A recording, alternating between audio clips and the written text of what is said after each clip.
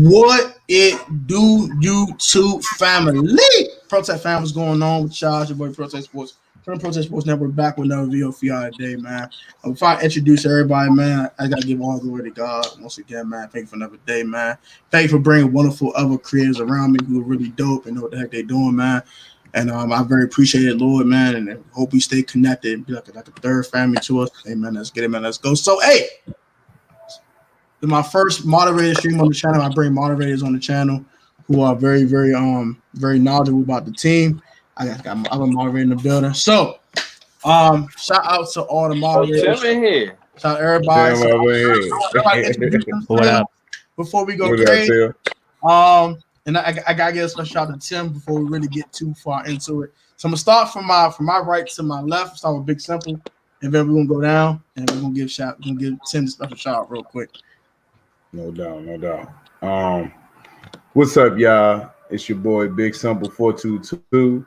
I just want to tell y'all what I do here is Washington, talk Washington sports, you feel me? On my channel, y'all can go ahead and check it out. And we do a big, do a simple. Make sure you join the crew. It's me and you, Big Simple 422. Whee! You know how we get, man. Yeah, man. So y'all make sure y'all stay strong. Yes, sir. Yes, sir. My next dog in the building, Jared, aka Big Dog Jared. What's going on? Welcome back to Jared's podcast. Yes, sir. Yes, sir. For the one time. And before I get to the last person, man, shout out to Tim at the Tim Sports Talk, man. He just hit 1,000 subscribers on the channel. My man's been working hard, been grinding at it, pushing at it. They hit the 1,000 subscriber mark. So shout out to Tim, man. My dog. Thank you very much. Thank you very much. I'm a Big Simple 423. And no, just kidding.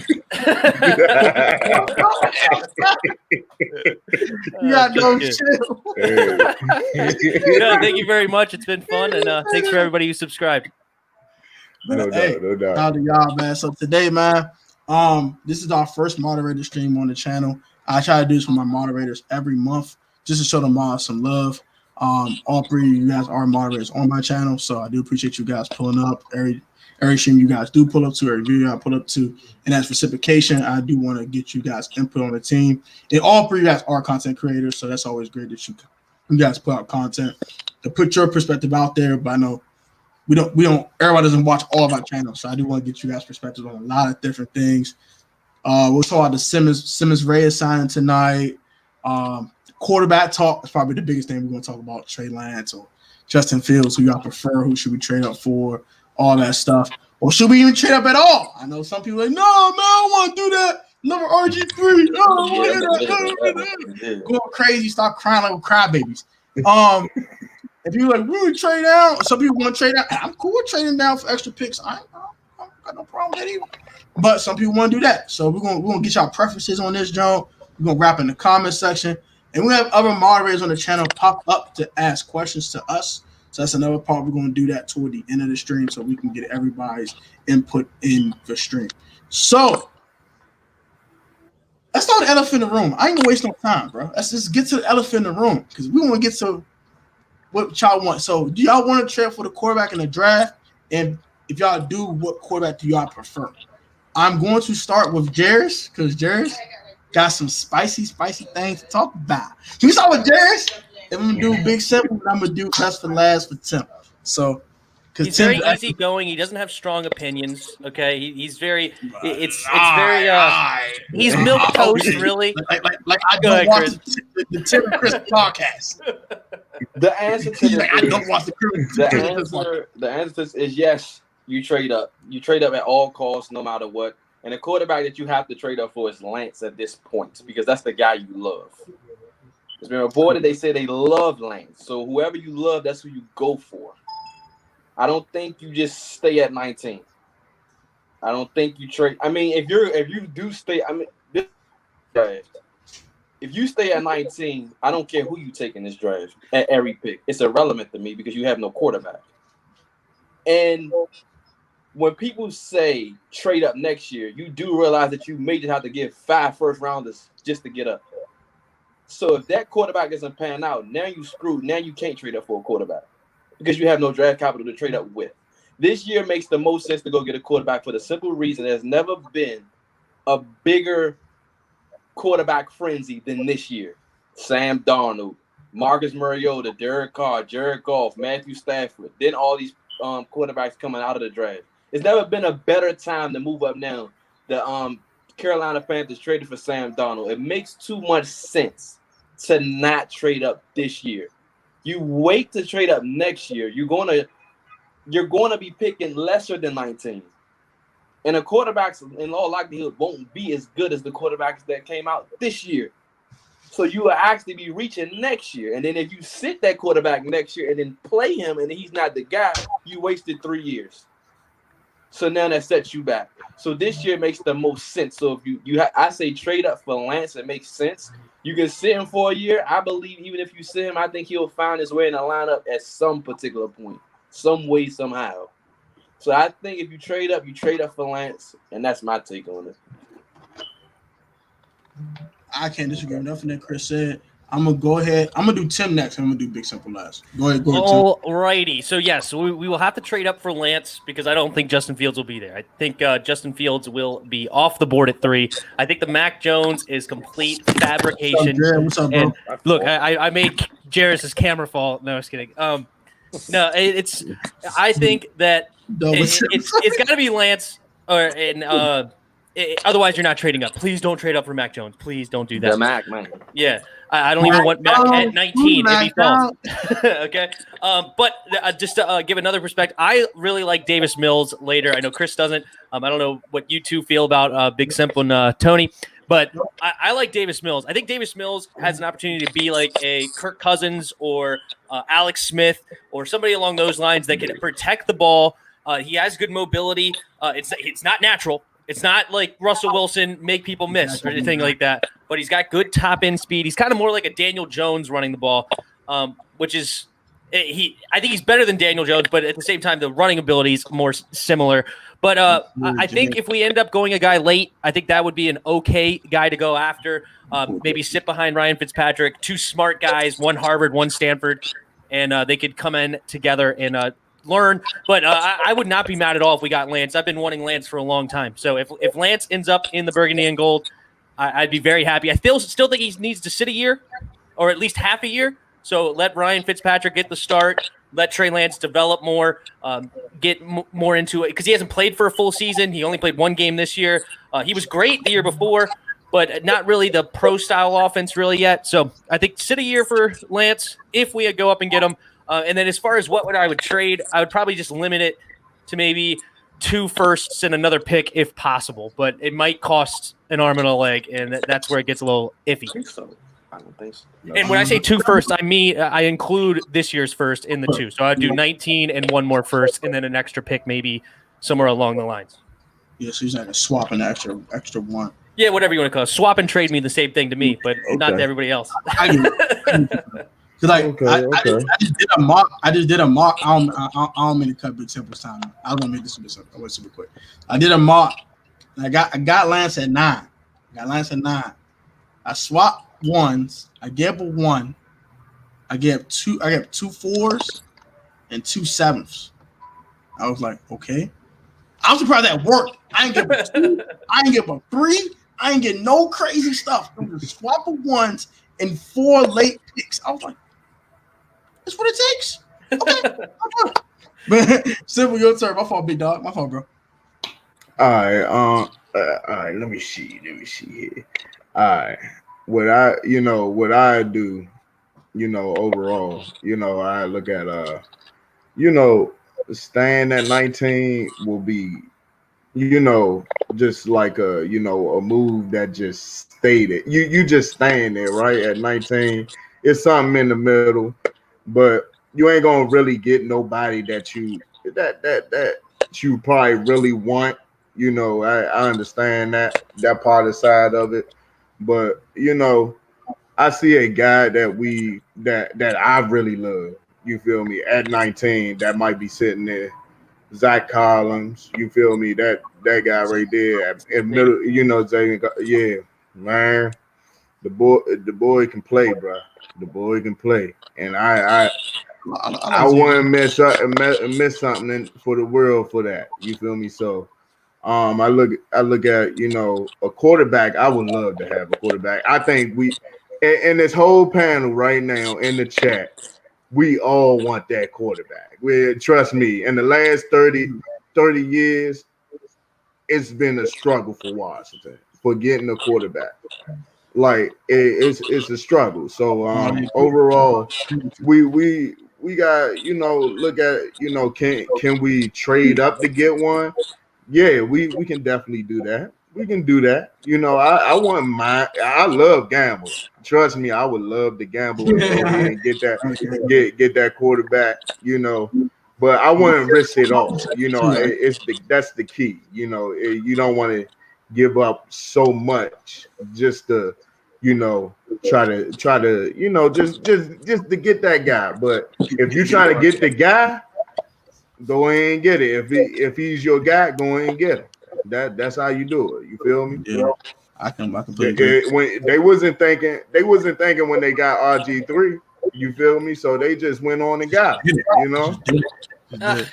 RG3 was not a bad pick. It didn't work out, but I think it was the right pick. It just didn't work out. Injury prone, and then Dan Snyder blew up RG3's ego to the max. It sucks. Yeah. Completely agree. Because he was a military family. He was supposed to come in with like a good head on his shoulders, come from a military background, did well at Baylor. I think graduated in like 3.5 years or something like that. He's not a dumb dude. It's just the ego got way out of hand. But anyway, that's true. Go ahead, Protect. That's true. Oh yeah, no, you good. I ain't mad you. And Mills is one of the quarterbacks. That's another thing though. Mills is one of the quarterbacks though that I do like him too. Yes, but it's the injury though. Chris likes him too. Chris is a big fan. Right, Chris? Yeah, man. I cannot. Don't troll Jarris. Don't do that. Don't do that. I cannot stand him. Tim, you know darn well he do not like David. Stop that. Stop that, Captain. Stop the cap on this. Oh my God. So my take on it. Before I get my take on it real quick, I do want to shout out to everybody that commented real quick. That's how I do. Shout out to Real Terry McLaurin, Captain Terry. Shout out to AV Automatic Victory. That's my roommate Chris. That's my dog. Go subscribe to him. That's my dog. Shout out to you, man. Who's your roommate? AV Automatic Victory. It's the second comment. Oh, okay, cool. Go ahead. Shout out to Yuki. Shout out to Yuki, man. Shout out to Hawk. Shout out to three-time Super Bowl champion Skins. Shout out to Dominic Montano. He said get Lance. I agree with that. Go get Lance. I only trade for Zach Wilson and Trevor Lawrence, which is impossible. Bro, no one getting Zach Wilson or Trevor Lawrence. I'm sorry, bro. Sorry, burst your bubble. Shout out to Jared Taylor. That's my guy. Good evening to you too, my brother. Shout out to B9 Nizzle. That's my dog. Shout out to B9 Nizzle. Yep. All right, so this is my take on it, right? This is my take on it. If Ron Rivera has identified Trey Lance as the franchise quarterback of this team, if he's identified him as his next Cam Newton, so this is my next quarterback for the next 10 years. I want this kid. I don't care. I don't give a crap. I want him. Take him. Make it happen. Make it happen. I don't care what it takes. If that's your guy, that's your guy. Because it's your job is going to hinge on if he's going to be successful or not. So go get him. I don't mind you going and get Trey Lance. Like you identify Justin Fields your guy. I think Justin Fields be long gone. Like I agree with him. He should be gone at 3. If they take Mac Jones, they lost a daggone mind. No, they lost a damn mind. Forget it, they lost a damn mind. They do that. They crazy. What's up, Jared? What's up, Jared? What up? What's up, Roger? But honestly, I think if they identify Trey Lance as their guy, go get him. No questions asked. And I know Ron has said things like we're going to be patient. This is line season. Remember that, y'all. This is line season. You might think he's going to be patient and build a team piece after piece after piece. Ron ain't trying to wait no 4 or 5 years. The man just came off of cancer. That man want to win now, not tomorrow, not the next day, not the next week, not the next 50 years. right now. He wants to win. If he thinks Trey Lance is going to take him there by sitting here by Brian Fitztragic, then yes, go get Trey Lance. I don't care. I want a quarterback.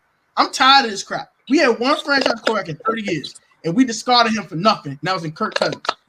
I'm sorry. To me, he was a franchise quarterback. My opinion, that's how I feel. He was a stable starter, if anything. And we said, we're going to just go ahead and get Alex Smith. The man breaks his leg. Guess what's karma? Because we got stupid. Never talk for nothing. But he can be a franchise quarterback in this team, bro. Ron is full of it.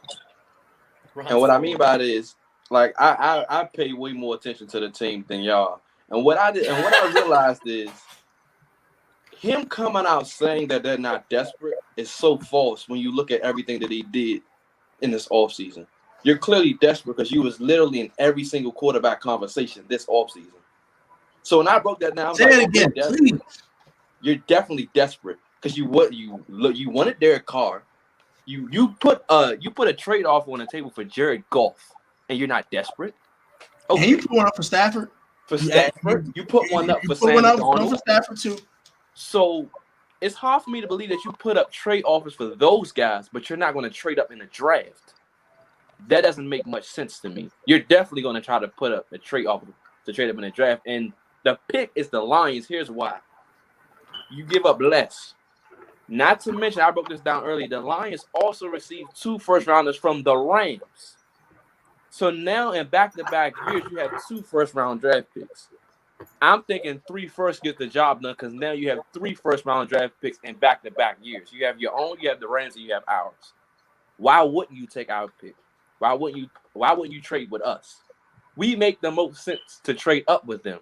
My deal is 3 first and a second next year for the Lions. I feel you. My fault, can y'all hear me? Yeah, no, we can hear you. Hello? Or I can hear you. I zoned out. Yeah, I hear you. Yeah, we can hear you, Brody. I hear you perfect. Y'all can hear me? Yeah. Yes, sir. We good. Good morning. I don't know if y'all can hear me. Yeah, I can't hear me. Y'all no more. Oh, no. I hear you perfectly. I hear you. Jairus, I hear you, bro. We good. He was sick of us. He muted us. Yeah. Y'all probably can hear me, but I can't hear y'all. Oh, shoot. What the So one of y'all go ahead and go. One of y'all. No, okay, so to go after the Lions pick, I don't know, like, it's weird because I actually think the Lions are more likely to draft a quarterback, like, thinking about it, than the Broncos. Like, a lot of people have the Broncos mocked as a quarterback, but the Lions have right now Jared Goff. Okay, and they're paying him a lot. But if they could get Trey Lance and sit him behind a Jared Goff for a couple of years, like a year or two, and then you could cut bait potentially with Jared Goff after the contract allows you to move on, that could be a real option for the Lions. So it's going to be tough if they see Trey Lance there. They may pull the trigger just because that could be a great candidate to sit behind an established Jared Goff.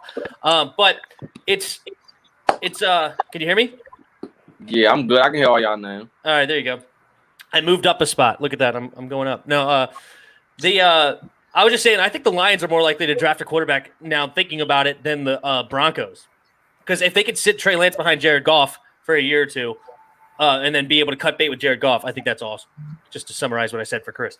But, it's going to be tough to go up there and get even because I don't know if the Lions fall in love with Trey Lance as well, then we're off the board because the Bengals aren't trading back out to 19. The Dolphins already traded up to 6 from 12. They don't want to move back. And then we would have to trade all the way up to 4.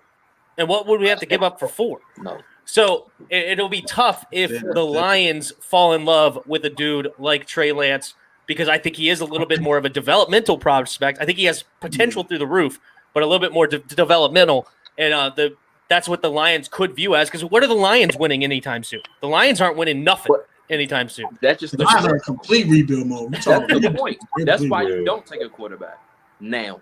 That's why you enhance all of your draft capital and build your team and then go get your quarterback while you have Jared Goff. That makes the most sense. Jared Goff was tackling dummy for 2 years. Because they don't have nothing in Detroit. Yeah, you can see some of his comments though. Once Jared done his take, go ahead. Yeah, so B9 comments. Might be line season, but we were 7 in line last year. We are rebuilding. Do not let the NFC East title fool you. I'm not letting nothing fool me. B9, I feel what you're saying. I get what you're saying on that. But what I'm saying is this, though, bro. Drew Brees is no longer in the NFC. The Saints are not the same team. Tom Brady will retire eventually, damn it. He's 44 years old. He can't go forever. Play till 60. Oh, no, I want come to be off fun. injury. I want to be. We're not Shit, rebuilding. The iron is hot, my dude. We're not rebuilding. We're not rebuilding. A team that's rebuilding is the Jets. That's rebuilding. We're adding. It's a difference. Rebuilding is probably the wrong word. You're right. Rebuilding, but we are building. Adding. We have started this first, second, maybe the third floor, but we're not a skyscraper yet. Like we are still building up to the next level. What do you think, Big Simp? Well, rebuilding, rebuilding. It's good to, because you can't really say 7 and 9 was like, top flight. You won that division and all that other stuff. But overall, I gotta say, last year we was rebuilding. Last year we was rebuilding. We didn't know. We knew what we had, but we didn't know what we actually had until Ron Rivera actually, sat back and seen what he really had. You feel me? So right now, we definitely still looking for that next step, like getting a 12-4, 13-3, and all this other stuff. I want to go for Super Bowl and all that. I'm not worrying about is 14-3 or something like that. I'm not worrying about all that. If we had a competent quarterback last year, we're easily 10-6, 11-5. That's the problem. We don't have a quarterback. We lost games with a bad quarterback play. We lost the Cardinals game with a bad quarterback play. And we did. We lost both Giants games to bad quarterback play. So to say that we had Tampa on the ropes. First game. Tampa on the ropes. That wasn't due to poor quarterback play. We had good quarterback play that game. We had good quarterback game. Yeah, we did. Tonight I can play his ass off. Cam Sam screwed the game over to me and the refs. But that's the story for another day. And the linebacker. With his bull crap, but everybody wants you trade up, you get your franchise quarterback, and you still can get all your needs this year. I think, we're going to get into Samus in a minute. But you trade up at all costs because that's the one thing you're missing. When I look at teams like Green Bay and Buck, they have no defense. They're not built. The freaking Buffalo Bills have one offensive weapon. His name is Stephon Diggs. They have no front seven. They have a secondary. And they made it to the AFC Championship game. We have a better defense than them. We have more weapons than them. So how can anybody say anything that we're not a quarterback away when those teams have quarterbacks which put them in that position? So if we have a quarterback away. That's it. Well, don't get me wrong. If we plop a top-flight quarterback on this team, yes, we're contenders. If you plop Deshaun Watson, Russell Wilson, Aaron Rodgers, this team could go all the way. I'm not saying that at all. But here's something. Oh, my fault. Oh, you can go right after this. You can plug an average starter. You can plug an average starter. This team is a division champion. Going to the division round at least. Elite quarterback play. We should win a Super Bowl. Mm-hmm. We got the defense. We got weapons. The coaching is good. Great. Great. Even. Great. What the hell? I'm going to interrupt you, Tim. No, you're good. When you get desperate, it's followed by stupid. Okay? Don't get desperate.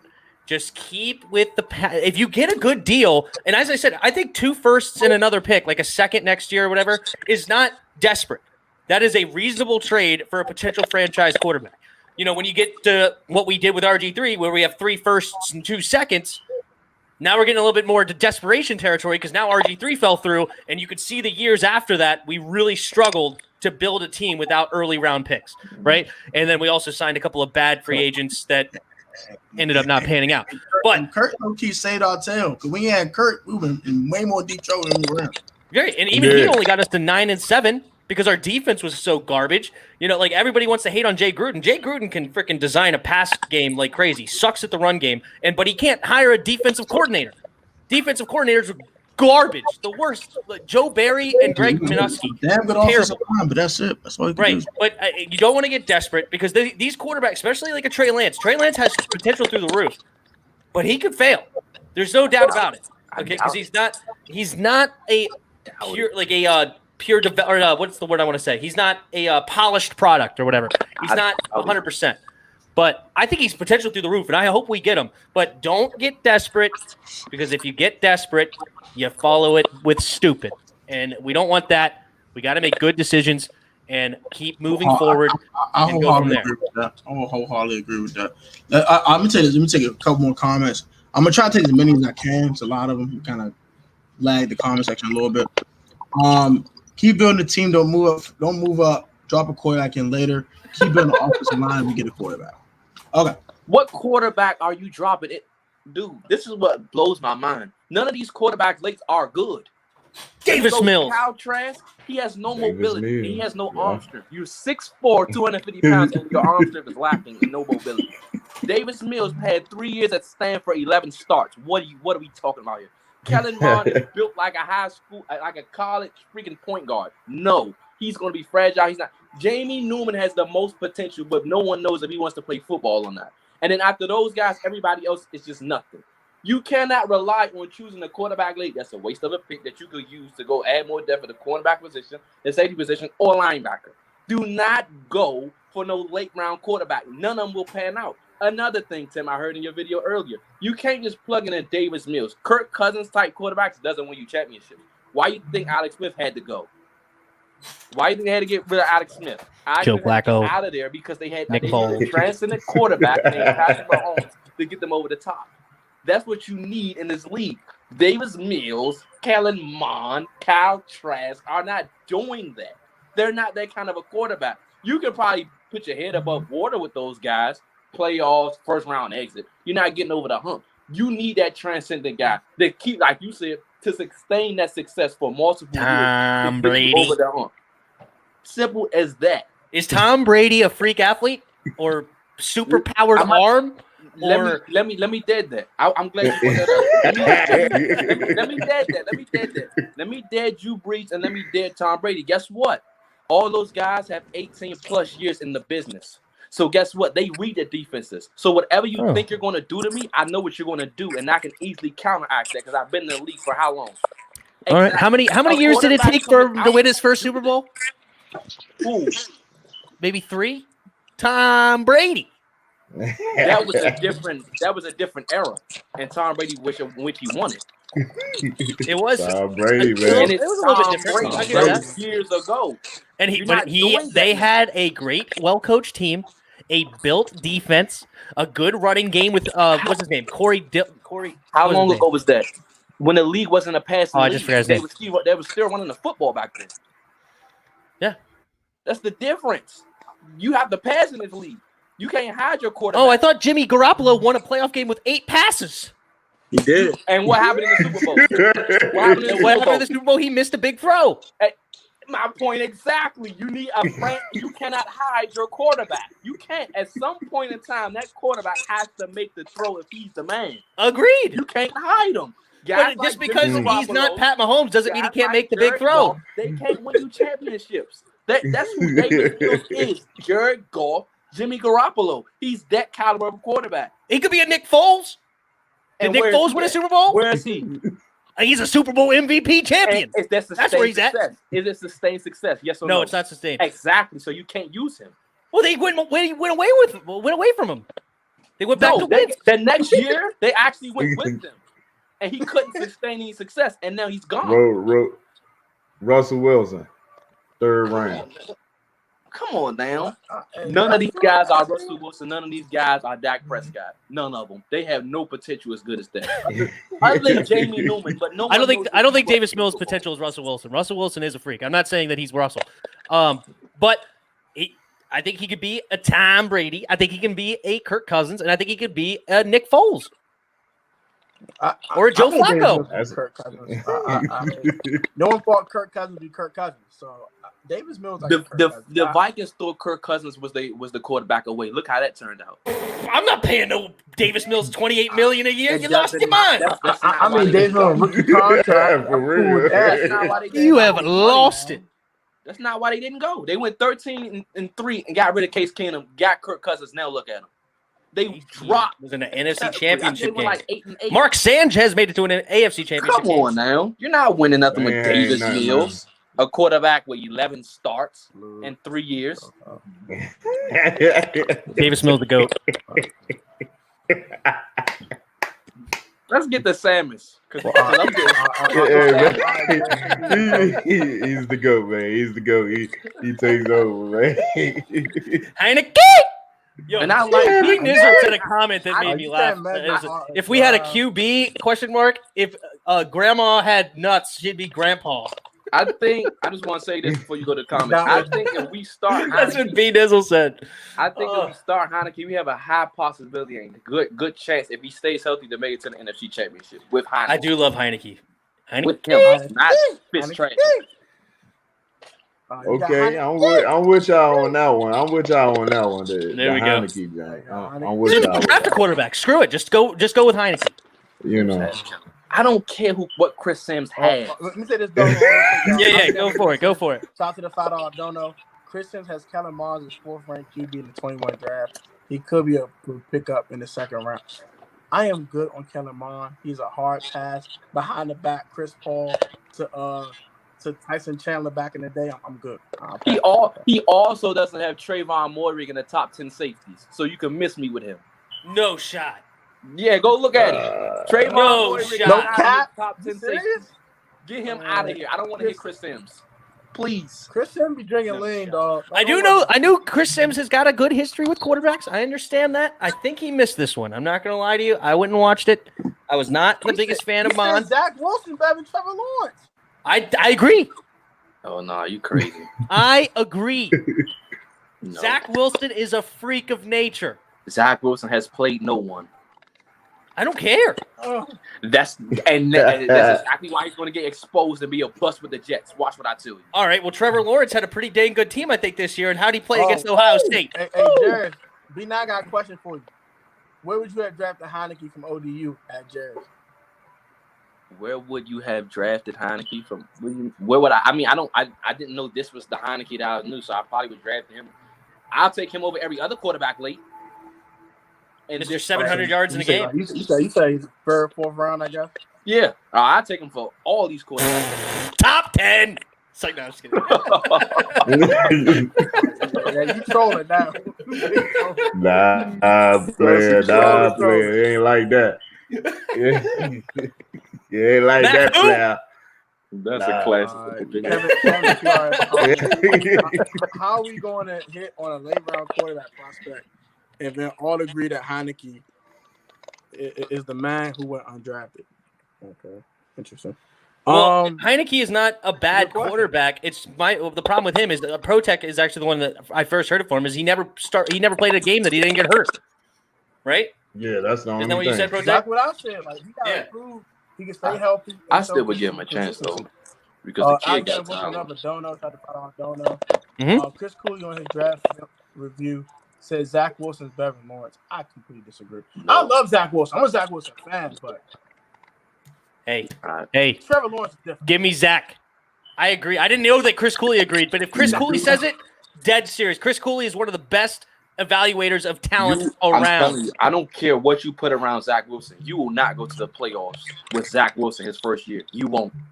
Well, if you put him on the I don't care Jets, what you put him. He's going to make so many mistakes. So many mistakes. This is my thing on Zach Wilson.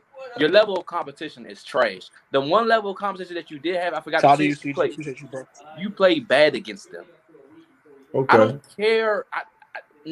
I think he's like Drew Lock personally. To me, he reminds me too much of Drew Lock. He's a 1st round pick. He's a top 15 talent. You didn't play anybody. So now when you go to the Jets and you don't have crap and you play a high level of competition, you will be exposed. And I promise you, the Jets will be looking for a quarterback next year because he's going to get exposed because he hasn't played anyone. He hasn't played nobody in there, and you know what's going to do? You cannot hide your weaknesses when you don't have a good team around you to help you hide it. So now, we're going to pick apart Zach Wilson now. So you can't do what? He's going to be dead. I'm telling you. Watch what I'm telling you. Zach Wilson at number 2 will be a bust. At me on that. And I ain't happy. Ooh, that's hard right there. I can't disagree if he gets exposed like that. I can't disagree with none of that. I mean, Jets don't have no talent at all. It's bad over there. Like they looking for wide receivers right now as we speak. And they had all that cap space. Why you ain't go try to go bring Allen Robinson in? Why you ain't go try to get Kenny Galladay? Why you ain't gonna try to get Come on now. That's true. All that cap space. That's true right there. And what about your defensive players? You ain't got no defense. All that cap space. They got nothing over there, man. If you going to the Jets right now, you're gonna be tough sledding over there. Like, that's what I'm saying. They think quarterback's their problem. It's not the quarterback the problem. You don't have a team around that quarterback. That's the problem.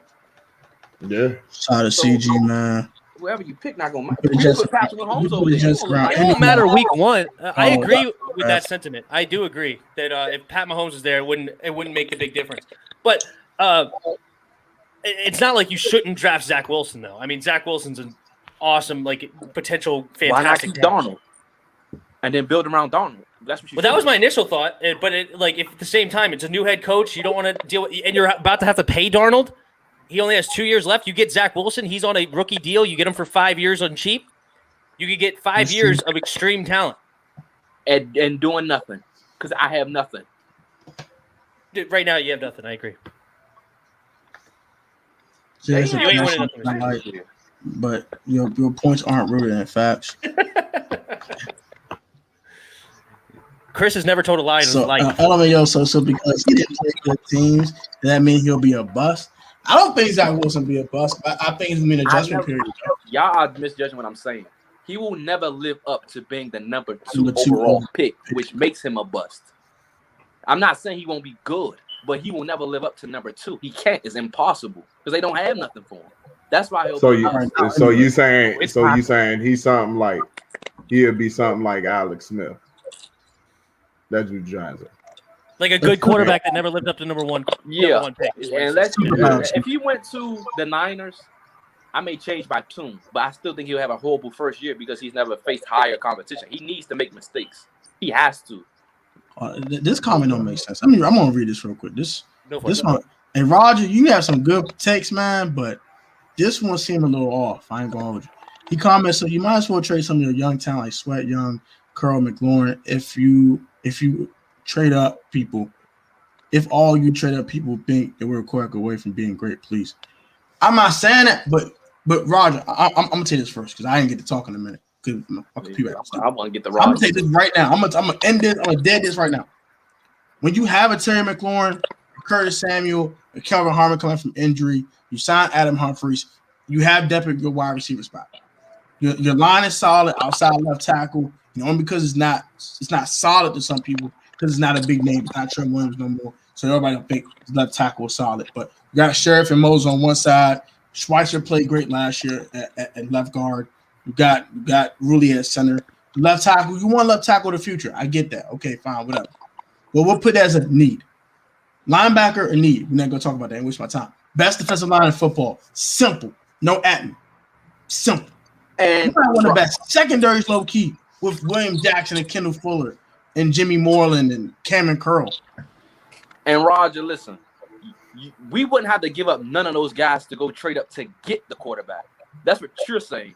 We don't have to do that.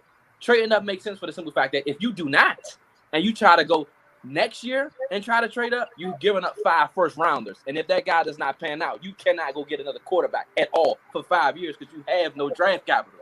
That's why it makes sense to do it now. You don't have to give up those guys. You give up the draft capital now because you have to give up less now. It makes sense. That's why, Roger. He said it makes no sense to trade up. The O-line's far from being good. Bro, Brian Sherr was an all-pro. What are we talking about here? The O-line was one of the best centers in football. Our O-line was the only O-line that played well against Tampa's front seven. Now what? But we're not that good, huh? That makes sense. I know people say without Devin White, but I don't care. We need to upgrade an O-line. We do need to upgrade an O-line. We do. I agree. Yeah. That's it. But I think if we keep Moses, Sheriff, Rouillet, that's great. Switzer, I want to change in for Charles. I want Sadiq Charles there, and then I want to draft a left tackle. Even if we draft one in the second round, there's a ton of talent in this draft. So it's not like if you don't get one at 19, you're not going to get a left tackle. I mean, even Carmen Jackson's not bad. I'm not a big fan of Brady Christensen from BYU, but Walker Little potentially could be there. The Spencer Brown dude. Have you guys looked into Spencer Brown? He's solid. He's a freak. He's not good at left tackle. He is a big project. But the dude is a physical freak. 6'8", like 310 pounds. He runs faster. He runs as fast as like linebackers. It's crazy. If you upgrade left tackle, personality. In case. You know, Ron Varela like those projects. If we build a team, we could beat the Bucks and Aaron Rodgers next year. You said we will be the Bucks. Aaron Rodgers next year. But we have a better team than the Bucks, in my opinion. Especially after the draft, because their defense is not better than ours. You want to argue the offense, fine, but their offense is better because of Tom Brady, the quarterback. That's why. I think the weapons might be a little better too, though. I think the weapons are a little better too, though. Their defense overall competes with ours because their D line's no slouch. They're not as good as our D line, but their D line's no slouch. JPP, Vita Vea, Ndamukong Suh, Shaq Barrett, they got back. Their D line is no joke. The secondary, they do have Antoine Winfield. They do need to get some corners, but their linebackers are miles, like 1,000 miles ahead of us. Devin White and Levante David is through the roof, way better than anything we have. So their defense, they're the most complete team in the NFL. Period. No. Period. They have a great O-line. They have a great D-line. Linebackers. They have a young safety. They got 3 beast wide receivers. They got Gronk and Cameron Brate. You can put the Colts in now. Leonard Fournette and Ronald Jones. And O.J. Howard coming back. And Leonard Fournette. Dolphins. Are we just not going to mention the Dolphins? What about the Dolphins? Dolphins have a nice team. They can use some weapons, though. I think they're a weapon or two away, though. Where's their pass rush? Who's their pass rush? What? They don't have edge rusher. Not an elite one, though. They're top defense. Don't have a 10-sack guy. Their defense is fine. Their defense is great. I'm not saying that they're bad, but if we're comparing them to Tampa, they're not Tampa. Tampa Bay is overrated to me, and I'm going to keep saying they're overrated. Their D-line is old. Their D-line's not better. They have better linebackers than us. That's it. Everything else, we have better than them. It's not even close. And the reason why their offense is better is we don't have no freaking quarterbacks, sadly. Their receiving core is better. I love Terry, but their receiving none of them are better than Terry. That's fine. And don't get me started with Chris Godwin. Chris Godwin's a beast. Now, Jared, this is no much debate about you, bro. I don't know about Chris. You saying Terry going to Mike Evans, bro? Yeah, I'm sorry. Yeah. Hold on. Nah, Chris Godwin. What'd you ask? He said Terry going to Mike Evans. Hold up now. Hold up. Let me ask you a question, Protect. Let me ask you a question. Name one thing that Mike Evans is better than Terry at. Going up and getting it. Go and get it. But that's it. That's it. I would tell y'all to go check the ratings on that. The ratings? Yeah, go check it. I don't know if Terry's went up and down, but it was a point in time during the season when he had the highest degree of difficulty catches. They put it as a stat or something. He had it. So if you want to say that, percentages of them, Mike Evans gets a ton more. He doesn't run better routes than Terry. He's not a better receiver than Terry. He doesn't have better footwork than Terry. He's not as fast. And last time I checked, how many quarterbacks has Mike Evans had? 2. Oh, okay. How many? Yeah, Terry is way better, man. How many quarterbacks Terry had? No, I can grant you Terry's better than Mike Evans. I can grant you. I don't care. But their receiving core is better than ours. Oh yeah. I don't like overall, especially last year. I'm not giving you that. I don't like Mike Evans. Chris Godwin and Antonio Brown? Antonio's not even there. So who now? Well, I said especially last year. I'm just saying those So, three. okay. But Let's if talk they about bring this. him back, they still have a chance to bring him back. Okay, they ain't bring him back yet. So let's talk about as of right now who has the better receiving core. Receivers. Don't talk about tight ends. Just receivers? Yeah. I don't even know who their third receiver. They got a better duo. Scotty Miller still? It's even. It's about even. It's Without AB, it's about even. Terry over Mike Evans, and if you want to say Chris Godwin over Curtis, fine.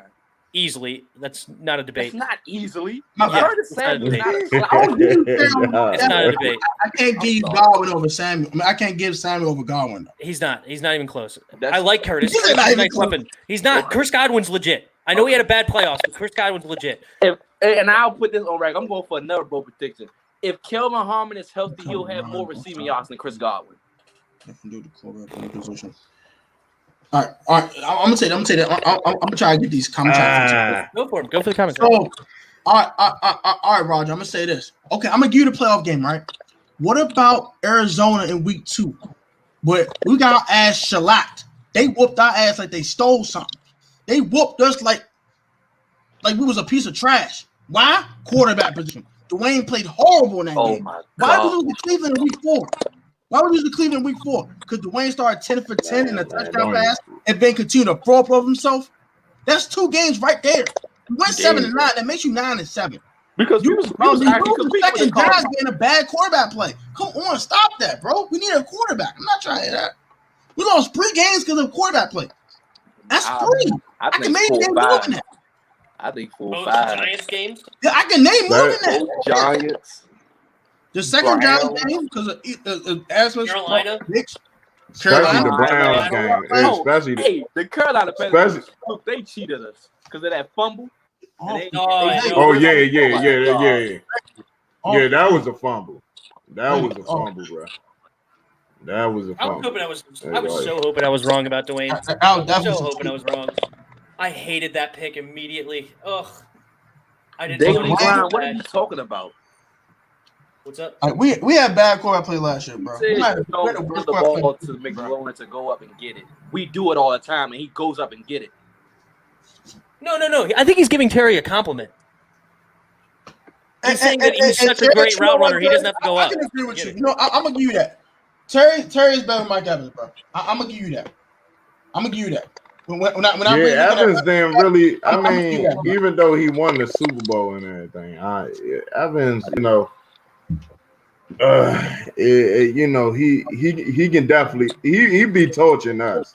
I don't whether we like it or not. He be torching us every time we play. Amari Cooper torched our ass too. Yeah, because of Ronald Darby. Now William Jackson now. William Jackson now. now, so we can't complain about that no more. William Jackson gonna lock that down. Strap. Always dogging us, man. So I don't know, man. Like I want a doggy dog linebacker. Daily grind comment. I can agree with that. Yeah, I do want a linebacker, bro. A linebacker I want was a dog solid. linebacker just playing linebacker in this draft, bro. I don't know if we get a linebacker back there. TDs don't matter anymore. Be a lead. TDs don't matter no more. Stop us. Well, I'm more of a defensive guy. What are you saying? I think that's a perfect segue to Samus Reyes actually on that comment. Let's do that. So, what y'all thoughts on that signing, y'all? I'm gonna start with Big Simple, Tim, and then Jared. You said what? Oh, you go first, Jared. If you want to, we'll go that way. Go ahead, Jared. I think. Well, I can just be brief. I think one of the reasons why I think he'll make the team. I think he'll be a starter. Actually, I think in the red zone they brought him here for red zone purposes because that last year we struggled. We got down there, but we didn't have no real threat. We had Logan, and teams knew that, so it was like, okay, it's either Logan or Terry. So I think bringing him on. Now we have options with Curtis. Now there's so many options that we can go. And bringing that 6'6 body, 6'7 body in there, that's going to help out with touchdowns. And also, I think this was a move to say I don't have to necessarily draft a tight end now. And if I do, I can go late. So that's how the way I look at it. Samus, and if he pans out, he pans out. He's put in the perfect position to succeed. I think he makes the team. And I think in the middle of the season, he turns into tight end 1. Go ahead, Big Sam. All right. You talking about like in above the 20, right? Yeah, about the tight end. What's that? We're talking about the tight end, right? Yep. Oh, tight end. Oh yeah, I think Samuel Reyes, he's you know, I look at him like, you know, okay, he's a project. He definitely fit what we trying to do here. We need to get, you know, a 6'6", 6'7", whatever he is at that time, 6'7" and 260, you know. So hey man, if he pans out, and the key is for him, you know, as they say in basketball, you know, he got to work on his strength and all this other stuff. You feel me? I heard about that. You know, overall, I think he would definitely fit what Washington do over here. He got the tangibles, man. He got the explosive, man. You seen his vertical jump? I mean, it's out of this world, man. Crazy. That's 4 years, Man, I'm telling you, man. Like I would, hey, if he put it all together in football, it's a GG. It's a GG, bro. We probably picked up a diamond in the rough right there, man. All day. Best all-season signing. Yeah. No. Oh man, my mic went up again. Go ahead, Protect. No, you. Yeah. So my opinions on it, I think it's interesting. I'm intrigued. I'll say I'm intrigued about the signing. I think he does need to be developed. Like I said, I haven't seen the kid play any organized football, so I can't really say, "Oh, he's gonna be a dog. He's gonna go crazy." I haven't seen him play. You know what I'm saying? I can't really give you that. But he has all the physical tools. He has all the intangibles, like physically to go crazy.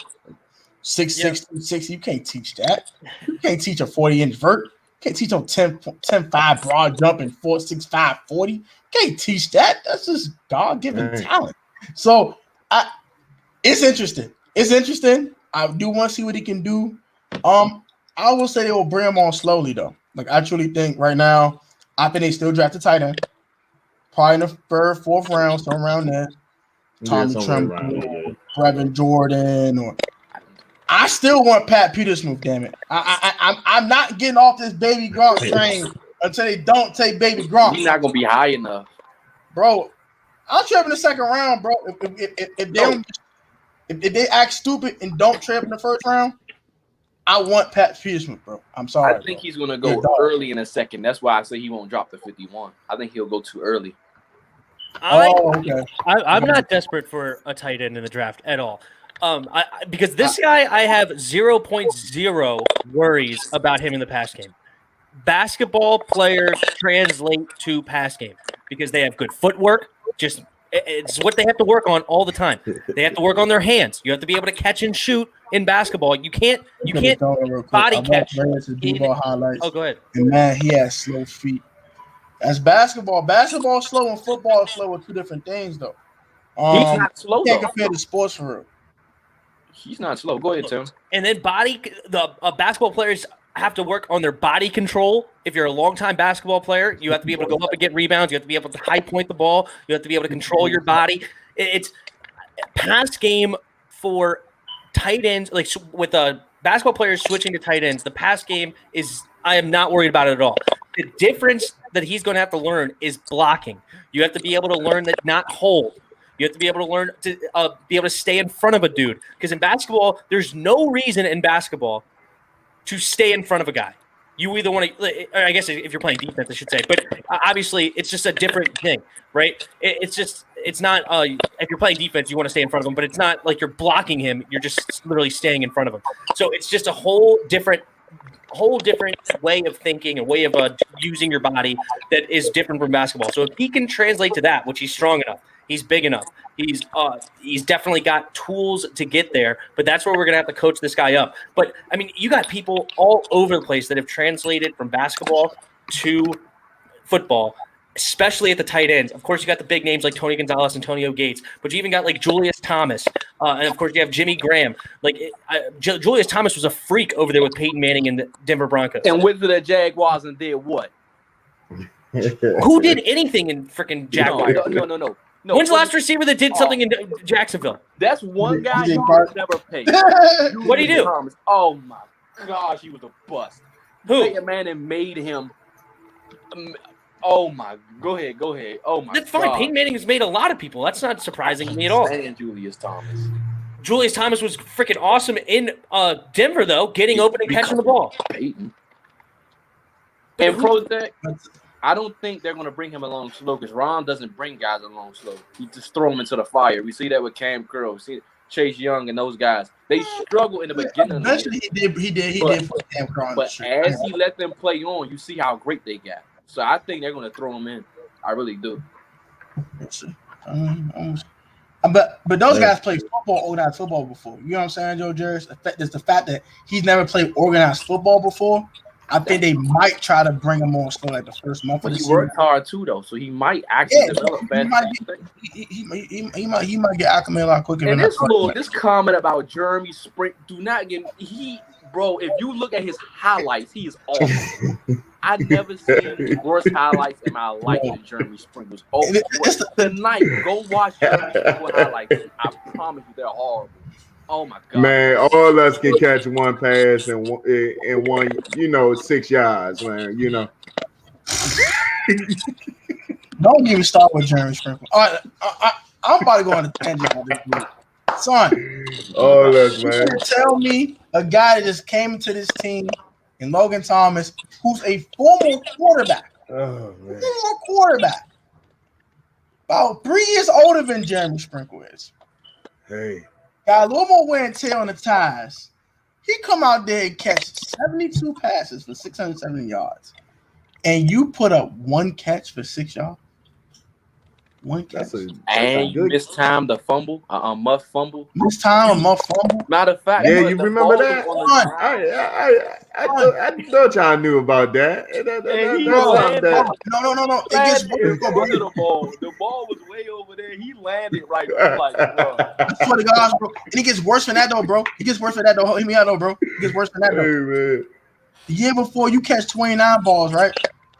Mm-hmm. But every time you get open on a route, you actually get open with your slow feet having self. Your slow foot having ass. You actually get open. And you drop the ball like you have no stickum. Like, put some stickum on your hand and on hands. Bruh. You got one catch, man. I said everybody on this panel in the chat probably could get one catch. No hands. Your hands are trash. Throw them away. I could give you my hands. You donate my hands to you because you ain't no hands. You trash. I'm playing with the Dallas with his bum self. He's trash. Throw him away. Goodness gracious. No, Protect. No, Protect. He good for the Dallas. He good for blocking. Over here. He good for blocking. Yeah, I can give him that. Yeah, he should have been an offensive lineman if he wanted to be a blocker. Jeremy Sprinkle had a similar 40. Tried to sign players. Good comment, Hawk. Jeremy Sprinkle had a similar 40, but vertical leap, he was only 30.5 inches, not 40.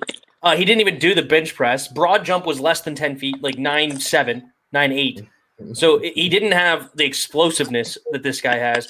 The comparison is really not there. I mean, he was almost 6'5", good for him, 252. So he had good size. The speed was okay, but it's not the explosion that this dude has. And I don't think that Jeremy Sprinkle had a basketball background, did he? I doubt it. I have no idea. Not that I can think of. But if I all don't know, shout out to Alexander Wilson again for the donut. I really appreciate you, broski. Mo Ali Coffee was a good basketball player with an average football player.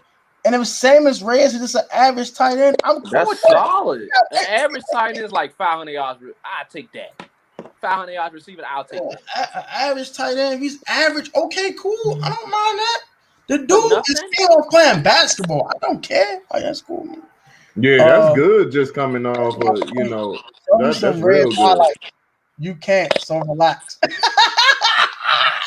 seen his pro day. He can catch. He got good footwork. That's all I care about. He can drop his hips. He's getting out of his break. That's what I care about. Yeah, that's true. That's true right there. He said Woosa. V died funny. Chris Cooley said he looks stiff. He's not in Taylor Gates. He's definitely not stiff. Pump the great athletic freak, yes, but that doesn't mean anything. Bro, we're just optimistic about what he can do. But no, we're not saying he's about to go out there and ball out and like that.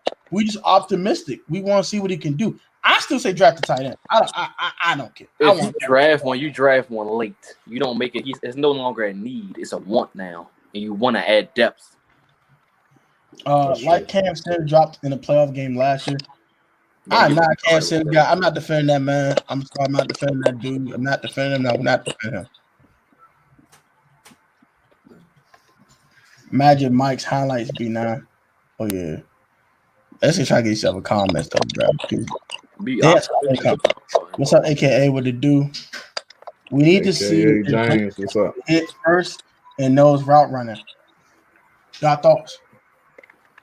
He's going to be brought in specifically and early on is in a red zone situation. He's going to have a ton of catches in the red zone. That'll get his confidence up. And I think the preseason is going to tell a lot about him. So I think that preseason is going to help him a lot. That's true. Yeah, and I mean, he needs to match the physicality of the NFL. There's no doubt about it. Route running, I'm not as worried about, but we'll see. Maybe he'll stink. I have no idea. But I have no worries about it as a basketball player. But we'll see how he translates, if he translates. I have no idea. But go ahead, Big Sam. Right. But I think he'll be all right, man. He'll be all right. He just got to learn. I think Jesse James re-signed with the Lions anyway. I don't think he's a free agent anymore. I agree with draft the tight end though. Potential is unknown. It's not a need. It's a want. Tight end is still a need. I don't think they would have did it if it wasn't a need. Better be safe and sorry. If it wasn't. Oh, Juan. Yeah. You a moderator. Hop in here, sir. Bring yourself in here, sir. You can't run from here, sir. I'm not saying don't draft the tight end. I'm saying you draft one late. You make everything else more priority than tight end now, because you don't just third round pick Tommy Tremble. I mean, then that's a pick that I could have used for a linebacker, another linebacker, a corner, maybe a safety that we desperately need to play with Cam Curl. I don't think tight end's a need now. It's not. If you want to say it's a need, it's at the bottom of the list. It's not at the top. So you say tight ends like around running back. I still want to draft the tight end. I still want to draft the tight end. I say a tight end probably third. Third or fourth. So something like that. I'm not too big on the need. It's not one of the top four. Don't waste your time. If it ain't Tommy Tremble, Pat Fryermuth, Kyle Pitts, or what's his name, the Brevin Jordan. If it's not one of those four, don't waste your time. It's not worth it.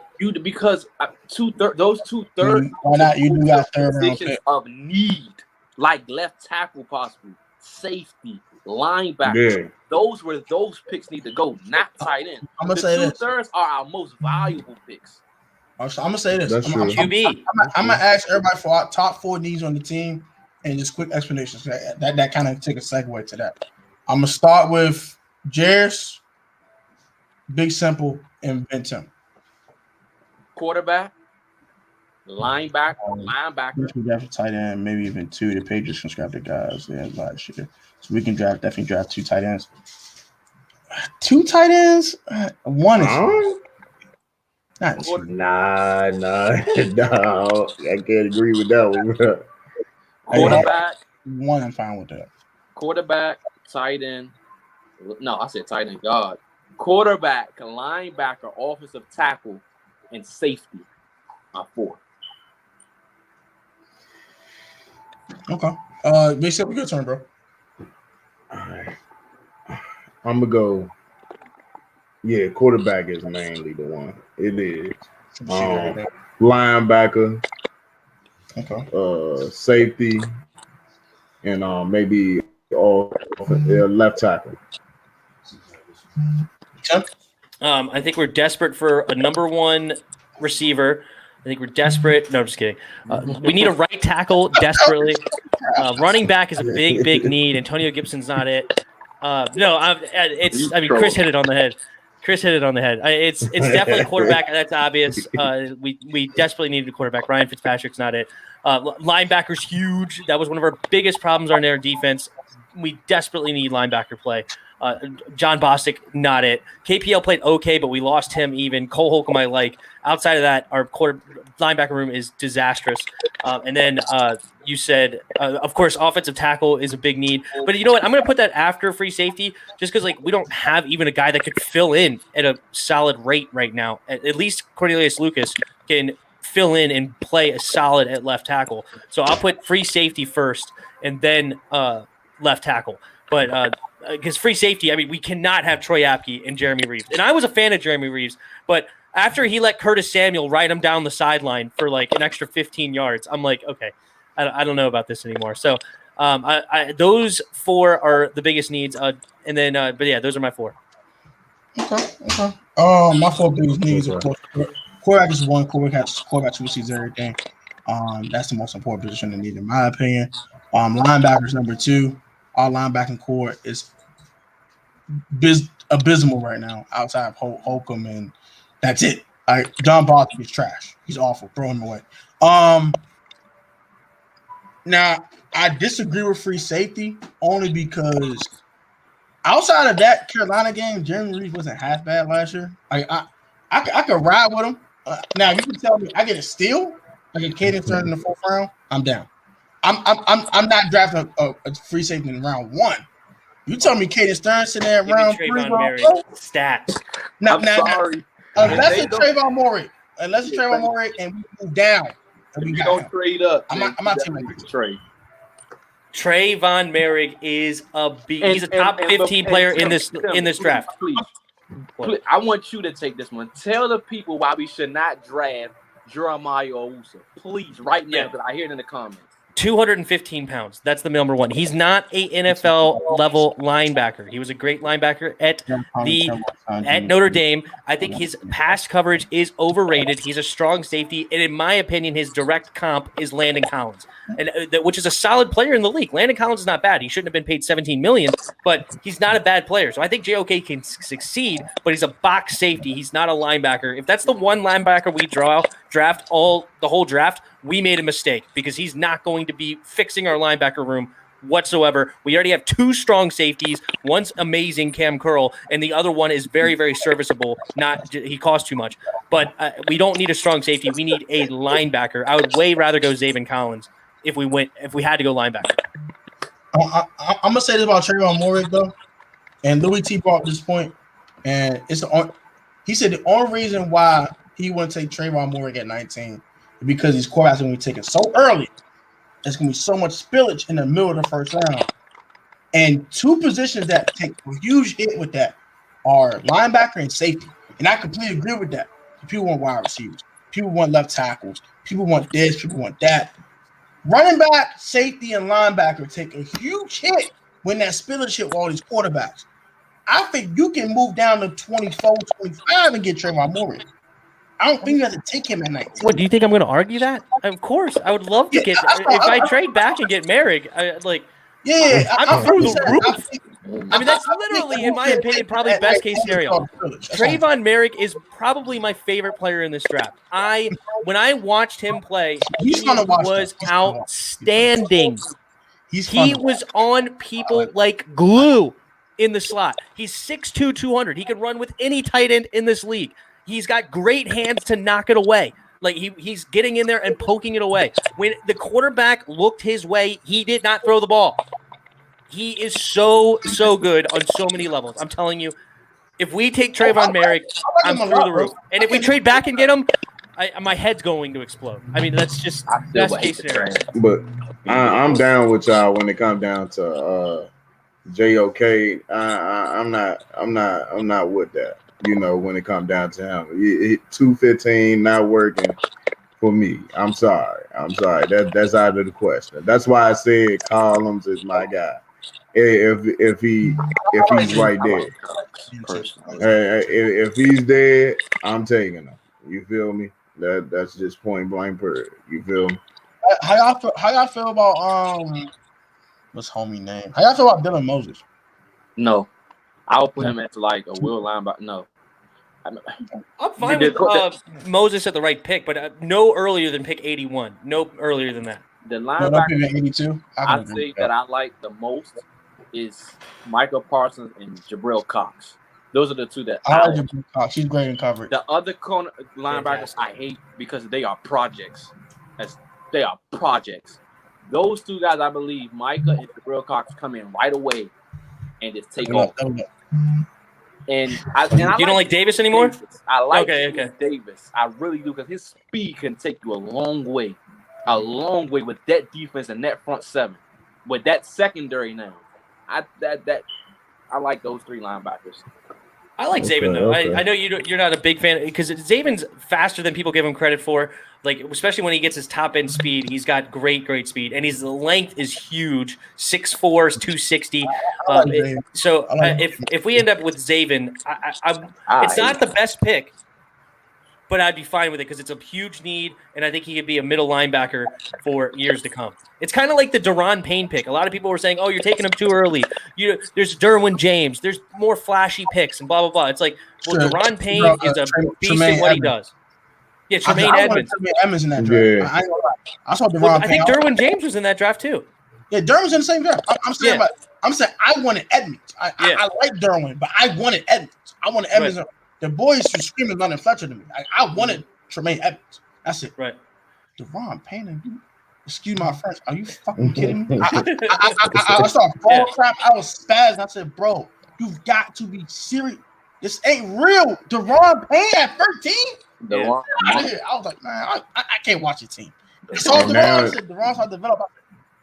Oh, this is now you starting to see. Yeah. It's not the flashy pick. It's not the name that everybody wants, and it's not the flashy guy. True. But it's a dude that just shows up and does his job every week, and he's a beast. I will say this though. I did like Deron. I didn't like him at 13. If they would have just chilled and trade back in the first round and got Deron, I would have been excited. Way more excited than I was. People would say the same thing about Zaven. I think the storyline will be basically the same. I like Zaven not at 19, I think he could be great. The Browns. I think Zaven goes Browns. Yeah. If we don't go him, that's probably the next guy or the next team to take him. Or is Browns above Tennessee? If we don't, Tennessee might get him. I don't know. There's three guys that you can't pass. You can't pass on Trey, and you can't pass on Caleb Farley. Yep. Those two guys you cannot pass on. I love Caleb Farley. I ain't gonna hold you. I love Caleb Farley. He said at 19 is a no-brainer. What's wrong with Ryan Anderson? Oh Lord. What's wrong with Ryan Anderson? He played with the Giants now. Yeah, and he wasn't a scheme fit. He's not a 4-3 defensive. He's lazy. That's one of those picks. You heard his name, and you thought, what? And then you looked into him more, and you said, what? Like it was. You didn't. Oh, yeah. It wasn't like Terry, where you said, what? And then you looked into Terry, and you're like, okay. Or you looked into Antonio Gibson. You said, what? Running back? What? And then you look at Antonio. Okay, it wasn't like that. You looked at Ryan Anderson. You said, what? And then you looked at him more, and you said, "Oh my goodness, no! Please, why did we do this?" That was a terrible pick. And one thing about us, in the second round, we don't draft well in the second round at all. I don't know what it is about the second round. It's the curse. You feel me? So I don't know. Maybe various guys. Various guys. Yeah, man. He just couldn't stay healthy. When he was on the field, he was beating up women. He was. Darius guys. Stuart Cravens was a guy with talent. Stuart Cravens had a lot of talent. He has no flash. I think I liked Tua, but he didn't want to play. Yeah, he don't have that. Just like Josh Doxson. Yeah. We got both of them. Please. Don't brand name up. Scott McLuhan. I remember loving Scott McLuhan. I'm like, Scott McLuhan's going to save us. He did great in San Francisco. He did great in Seattle. Look at those teams. They're fantastic. And then freaking Scott McLuhan comes here and drafts Josh Doxson, Brandon Sheriff, who's a guard. Brandon Sheriff's a great player, but you drafted a guard top 5. Come on, bro. Like, it's just terrible. He lived up to it, though. Hear me out, though. Yeah. The first year, but the year before we hired McLuhan, was 112. We had one solid draft from McLuhan, and we was 9-7. We won 5 extra games to get out there. Quarterback was the same with Kirk. Deshaun was still. We drafted in the Brandon Sheriff draft. I'm looking up. Go ahead. One good draft, and we were 9-7. And we won a crappy division, but we won the division. I don't care. Heck no. I'm just saying, McLuhan was not that bad. And the Josh Dawson pick was trash. I personally, I'm looking at this fan's comment. He said, "How you feel about for Richie Grant?" I personally think. Oh, Greg Lightbody. I like Richie Grant. Caden Stearns is the gem at safety in this draft. Because to me, I like Caden Stearns. Because one, he's the most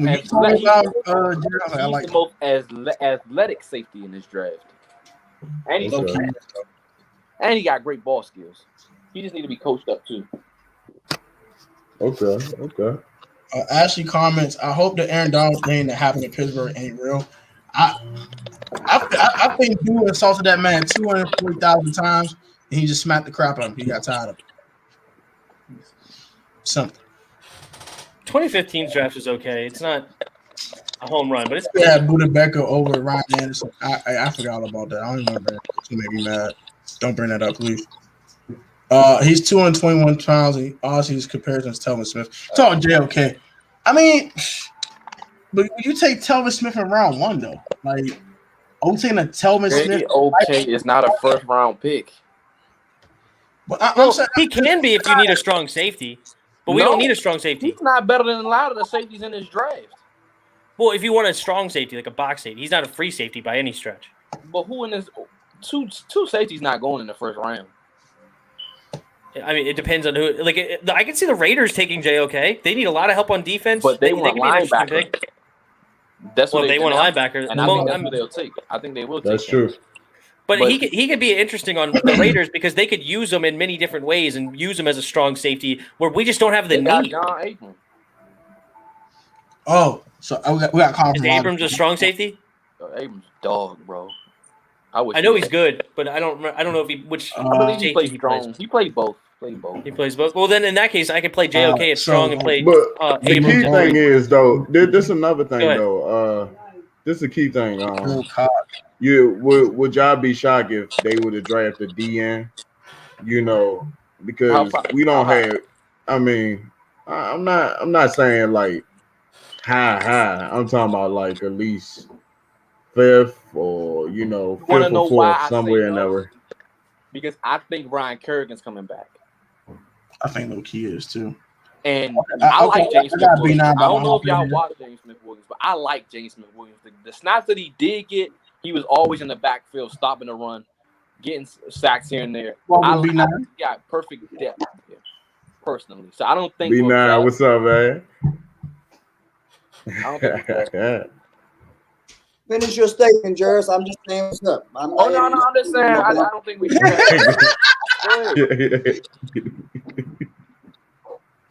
This has been a funny one. Go ahead, Jerris. B9. Say your piece, B9. Go ahead. No, I'm just here. I got a question. Is Richie Grant going from Pittsburgh? What's that? I think he's a Paris Ford guy. You talking Paris Ford from Pitt? That's from UCF. Yeah, I like that safety from Pittsburgh. Who? Paris Ford? Oh no, that man too slow, son.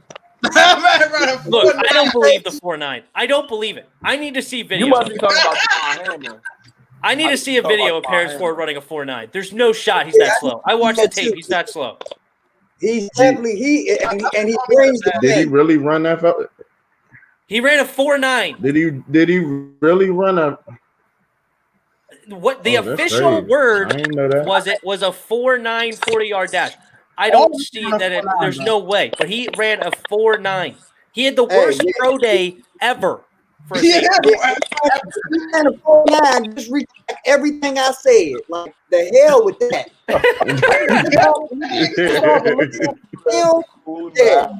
Just off of looking at the film. He's a football player, though. Yeah, he's but he's too small. Yeah. He's too small, though. He's too small. I have it on my camera. So what is JOK? Oh, he's too.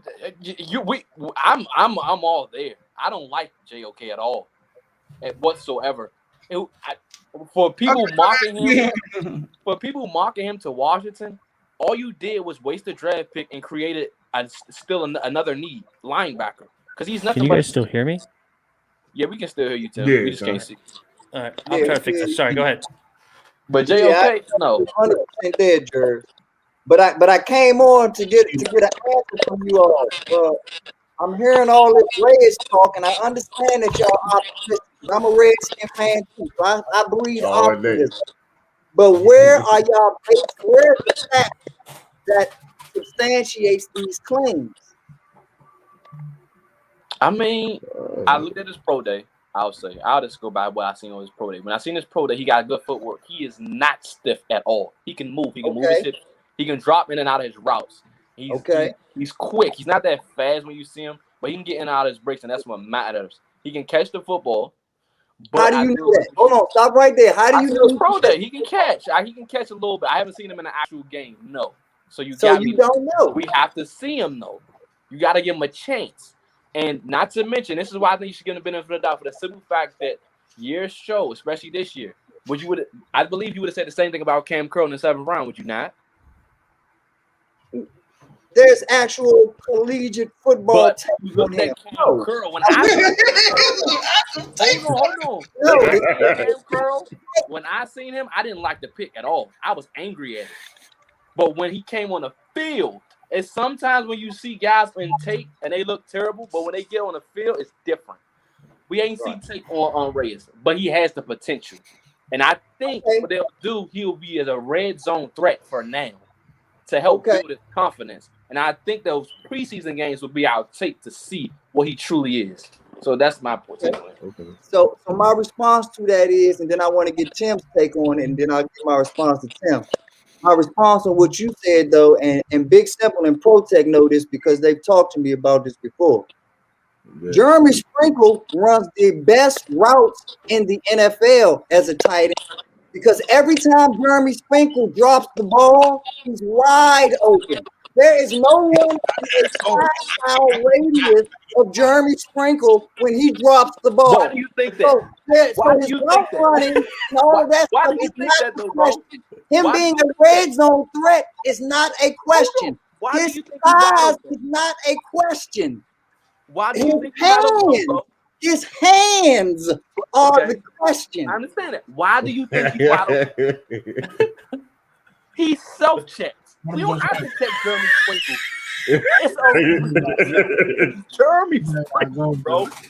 It's Jeremy. His route on it is horrible. I don't know where you got. I understand what you're saying, but show me any tape where there's a defender within 5 yards of Jeremy Sprinkle ever.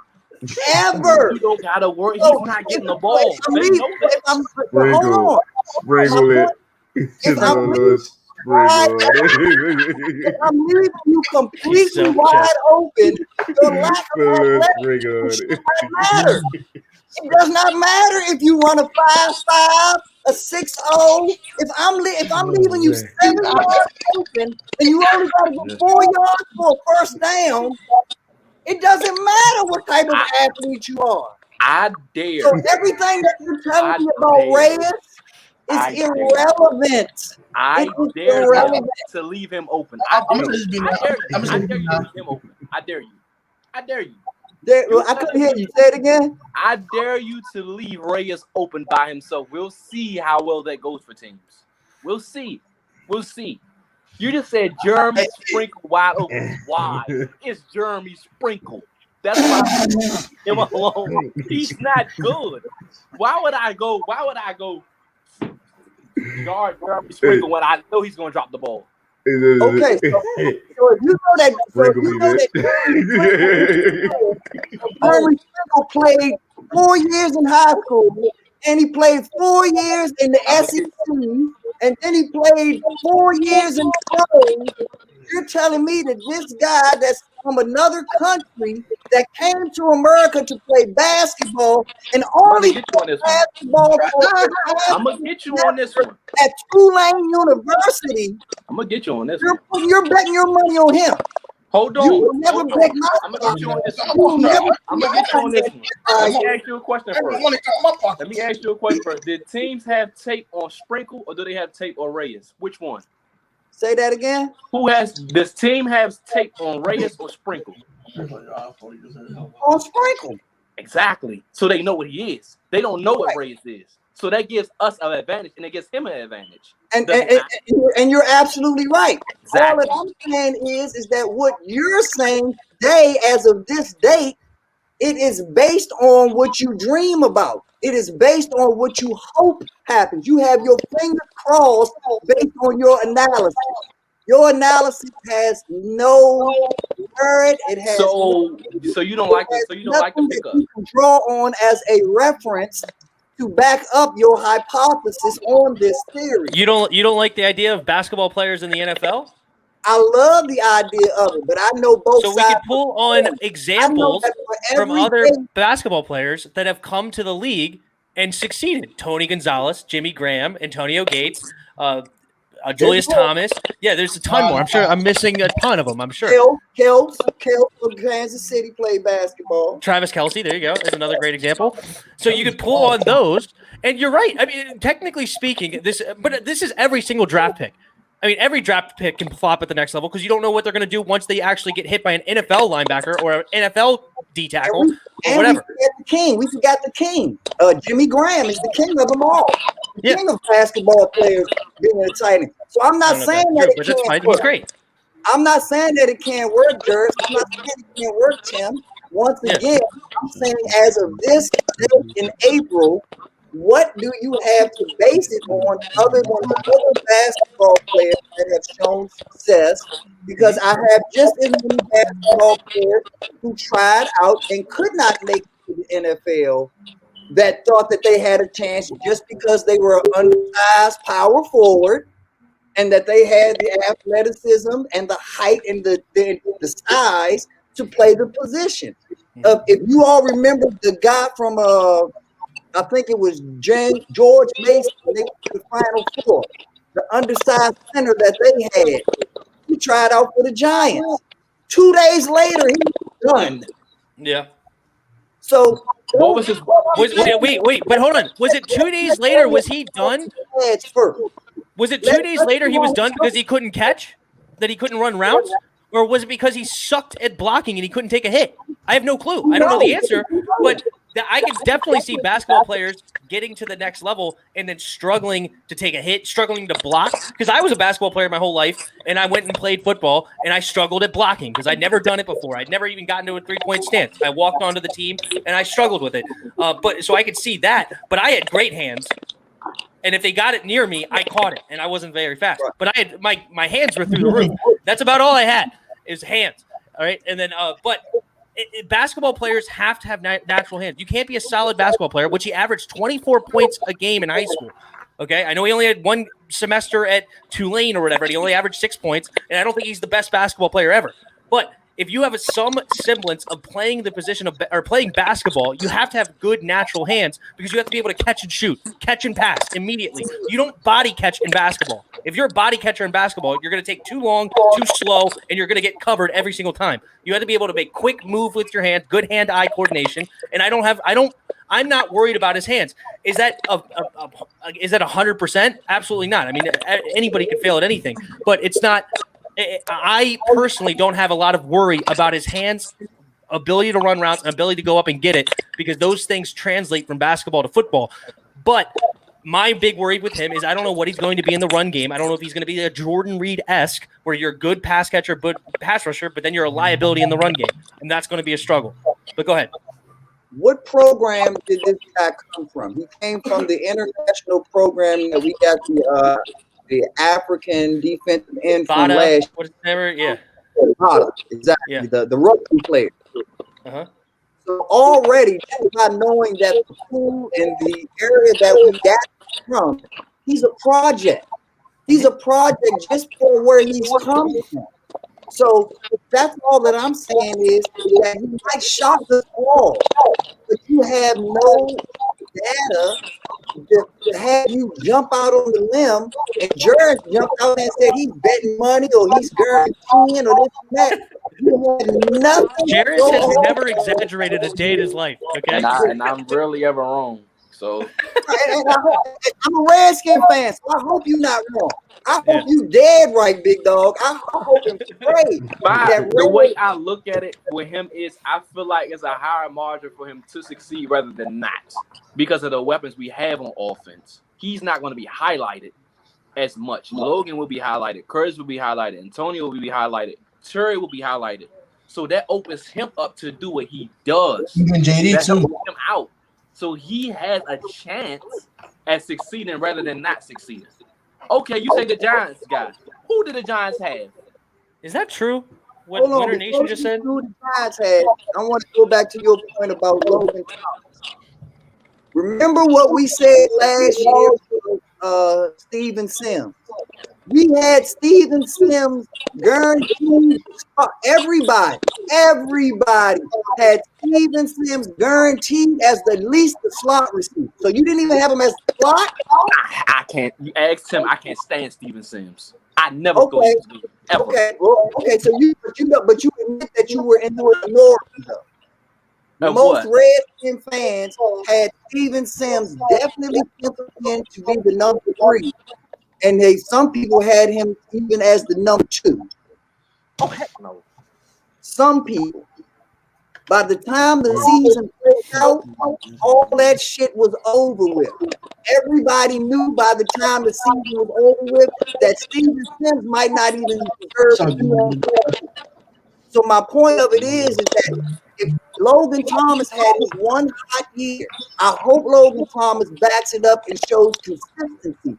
But he hasn't done it yet. For you to say, Logan Thomas, you can just pencil him in for another 700 or another. You don't know that. I think so. He will. I do too, but I just don't know that. I come from a school where I have to see it to believe it. Okay. I feel the same thing too. So. But you have to be able to project out somewhat. I mean, you got to be able to project something. Like, you can't just sit here and say, like, oh, wait, you have no clue, because nobody knows anything. You know, you don't know if Sam Darnold's going to succeed in Carolina. You don't know if whoever, Justin Herbert, is he going to perform the same way that he did this year? He will. Most people think he will, but you don't know. He could have a sophomore slump. You have no idea. Like Baker Mayfield had a decent rookie season. Then he came out and threw 21 interceptions. I mean, you don't know what you're going to get from either player. So I think it's fair to project out that he could be solid, especially Logan Thomas. I mean, he succeeded last year. He's a smart dude. He played quarterback. He understands what the offense wants to do, understands what the defense wants to do against him, and he's got good size, good mobility. So I don't see why Logan couldn't succeed again. And then, and then you have Marcus Ball, where they really like him as a potential second tight end, and then you have Samus Reyes. So the tight end is not a desperation situation right now. If Tommy Trimble falls to you at pick number 81 and you loved him on your board, take him. Go ahead. I love Tommy Trimble, but I'm not going to sit here and be desperate because if at number 71 I haven't gotten my tackle yet or something like that, and I like one of the tackles or whatever it may be, I'm going to take a position of need if they're close, or if I haven't gotten my linebacker yet. If I ended up going receiver in the second, tackle first round, quarterback first pick of the third, and then I haven't gotten my linebacker, and Jabril Cox is sitting there somehow, or Nick Bolton's sitting there somehow, I'm going to scoop one of those guys up before Tommy Trimble because I need him. There's a bigger position of need. But if Tommy Trimble's clearing away your best player on the board, absolutely take him. Why not? I think he could be a great asset to. And if you really like Brevin Jordan, I don't know as much about him as far as a run game. I heard he's a good receiver, but I don't know. But if you have him at the highest rated dude, go ahead and grab him. But I'm not. But my old point about Samus Reyes is that we are not in desperation mode for a number 2 tight end like we were beforehand, because we have Logan Thomas, we got Marcus Ball, and we got Samus Reyes. Samus Reyes' potential is Aaron Hernandez or Tony Gonzalez. I don't think he'll ever be Hall of Fame, so no, I'm not going to say Tony. But he could be a fantastic Julius Thomas, even. Like, if he's any one of those kind of guys, that's through the roof, right? So potentially number 1 tight end, and Logan becomes your number 2. So that's my whole point with Samus Reyes. Okay. My counter to that is you have no counter. No, just kidding. Go ahead. Moss played in the national championship game with LSU. Now, I'm not saying that Moss is a good tight end. I'm not saying Moss deserves to be on our team. All I'm saying is that the feeling that I'm getting is that already before we've seen anything from Reyes, he's already an upgrade over Moss. Oh, And all he that is. I'm saying is that he might be a taller, more athletic bum, just like Moss was. That's all that I'm saying. Moss was a knucklehead. We can't cross that out of the realm of possibility. I go off of probability. When you want to talk about projections are based off of mathematical. All right, so probability. Give me what is your probability that Samus Reyes works out? What's your percentage? Who, mine? No, B9, right? Is that your name? Yeah, B9. Yeah. I have a 25% probability rate of him adding something to the table in year one. Now, long term, I believe that if he's a real Ron Rivera guy, by year 3, if he really shows that his athleticism translates to being a football player, he can be a Pro Bowler. By year 3, but year 1, he's a project, and just like Cameron Curl, just like Logan Thomas, and just like Barber. 2 out of those 3 gave us something. One of them was exactly who we thought they were. 2-yard Barber. One of the 2. Reyes might be Barber, or he might be a surprise. All I'm saying is probability-wise, especially since we struck gold last year, the probability of us striking gold again, where no one else has found gold, little to none. I mean, for the past couple of years, well, that's because we had Kyle Smith. We got some gems because of him, mainly. We don't have him this year, so I don't mind you not saying that. And I got a theory on that one, Jers. Perhaps Kyle Smith was so bad in the first round that he actually made a lot of those late picks look a lot better. Because I was listening to y'all Terry McLaurin and Mike Evans argument. The last time I checked, the only real stat that matters for a wide receiver is touchdowns. Not yards, not whether they're good route runners or not. You can have 1,500 to 2,000 yards. If you only have 3 touchdowns like Terry McLaurin averages every year, you can never call yourself an elite receiver. If you don't have double-digit touchdowns in a season, you're not elite. End of story. Okay, so Julio Jones is not elite? No. Julio Jones is not elite? No. Julio Jones averaged 10 touchdowns a season. You might be surprised. If you go back and look, he actually goes several weeks without touchdowns. You know what? I'm going to pull it up this week. No. First off. I'll pull it up right now. I got you. Look at his career average. The way I judge receivers, I don't. Hey, time out. I want to put that right. Julio Jones had 10 touchdowns plus 1 time his whole career. He averages 6 touchdowns a season. He averaged how many? 6. And how many did Terry McLaurin average? Well, he had 7 year 1. He had 3. Hold on. Let me get you on this one. How many did he have? He's only been in the league 2 years. You can tell me how many he had. You add them up, divide by 2. How many quarterbacks has he had? 7 years, divide by 2. How many quarterbacks has he had? How many? How many does he have? 6 to 7 different quarterbacks with 2 different head coaches with how 2 many different touchdowns does he have? He averages 5.5. 7 year 1. He averages 5.5.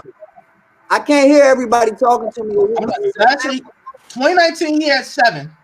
2020 he had 3. That's 10 touchdowns. 4. We had 4. He had 4. Okay, he had 4. So that's what? He had 11 touchdowns, so 5.5 touchdowns per season. He's averaging 5. And what is Mike Evans? So my last question is, what is Mike Evans average? Let me check right now.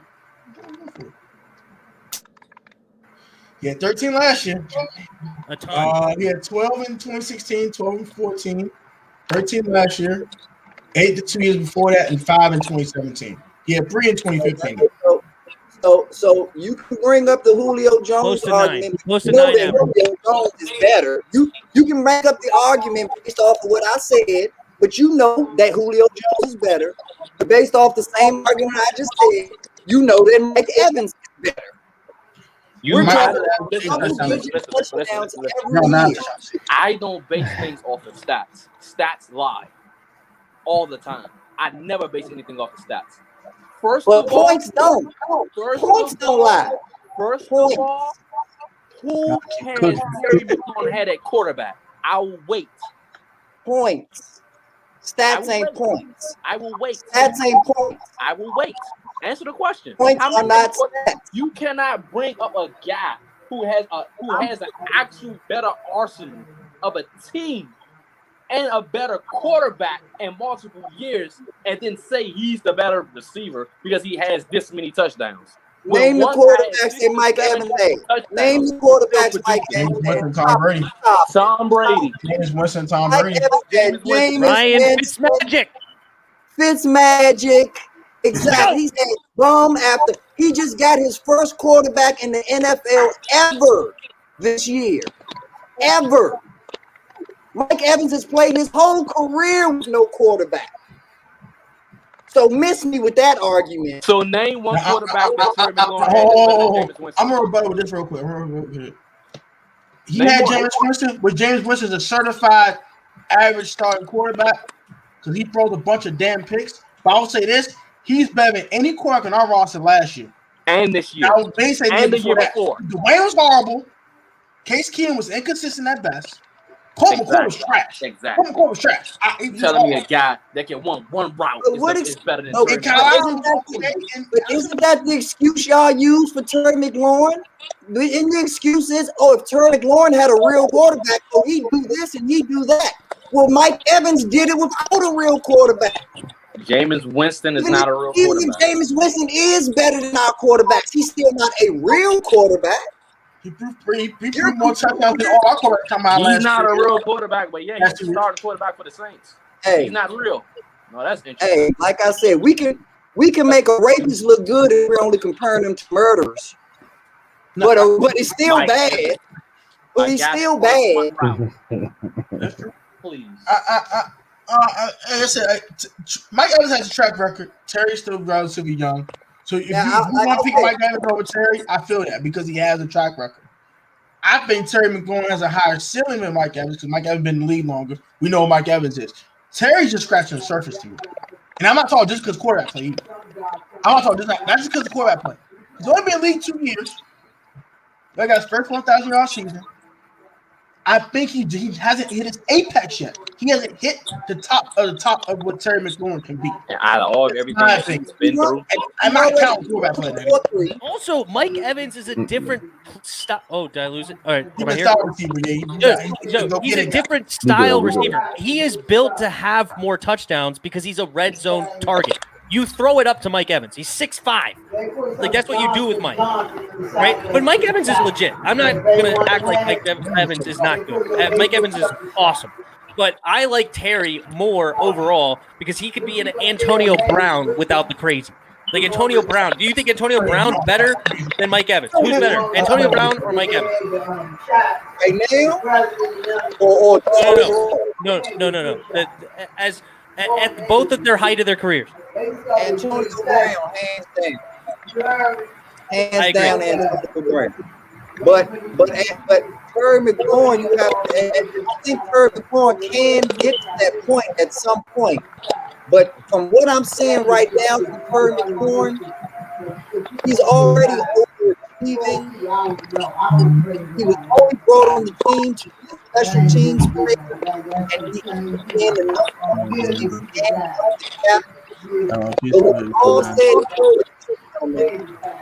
There are at least 5 to 10 wide receivers in this draft alone that would come in here and be the wide receiver number 1 for the Redskins over Terry McLaurin. Bye. Period. I can't do it. I can't do it.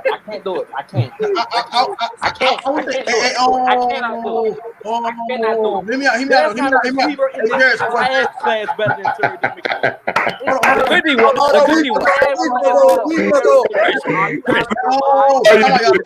There could be one. I will say this. Hold on, we gonna go. Hold on. Let me say this real quick. I will say this. It's two receivers I will take in the draft over Terry. And I'm like saying it's too much. I'll say this. If it's Jamar Chase, now we talking. Jamar Chase.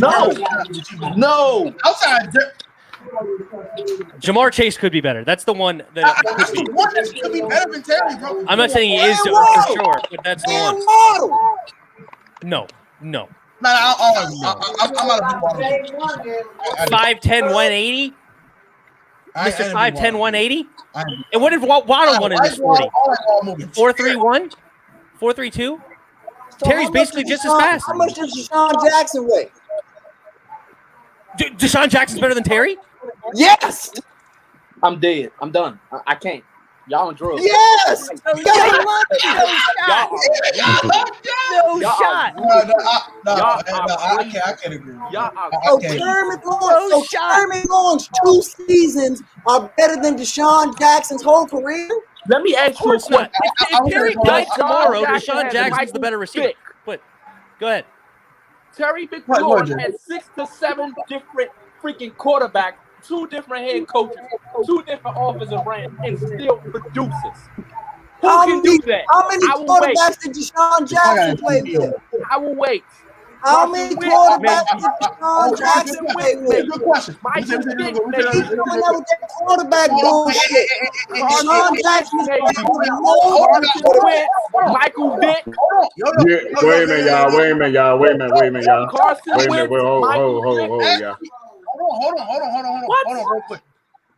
We're going to specify. We want to make sure we're not talking the current Deshaun Jackson. Deshaun Jackson in his prime. We talk Deshaun Action Jackson. Eagles first stint Deshaun versus Terry McLaurin currently. Let's say that. I want to be fair. Said this stuff on ESPN or to Doc Walker right now, he'd hang up on y'all. Yeah, if you were talking to real football Hall of Fame type people, you told them that Deshaun Jackson is not better than Terry McLaurin, they would kick you out of the room and never talk to you again. What is he better than? Never. At what? At what? At what? Deshaun Jackson is one of the most electrifying, blowing the top off the defense wide receivers in NFL history. That's what he is. Deshaun Jackson is a mini Randy Moss. Deshaun Jackson is one of the best trackers of the deep ball in NFL history.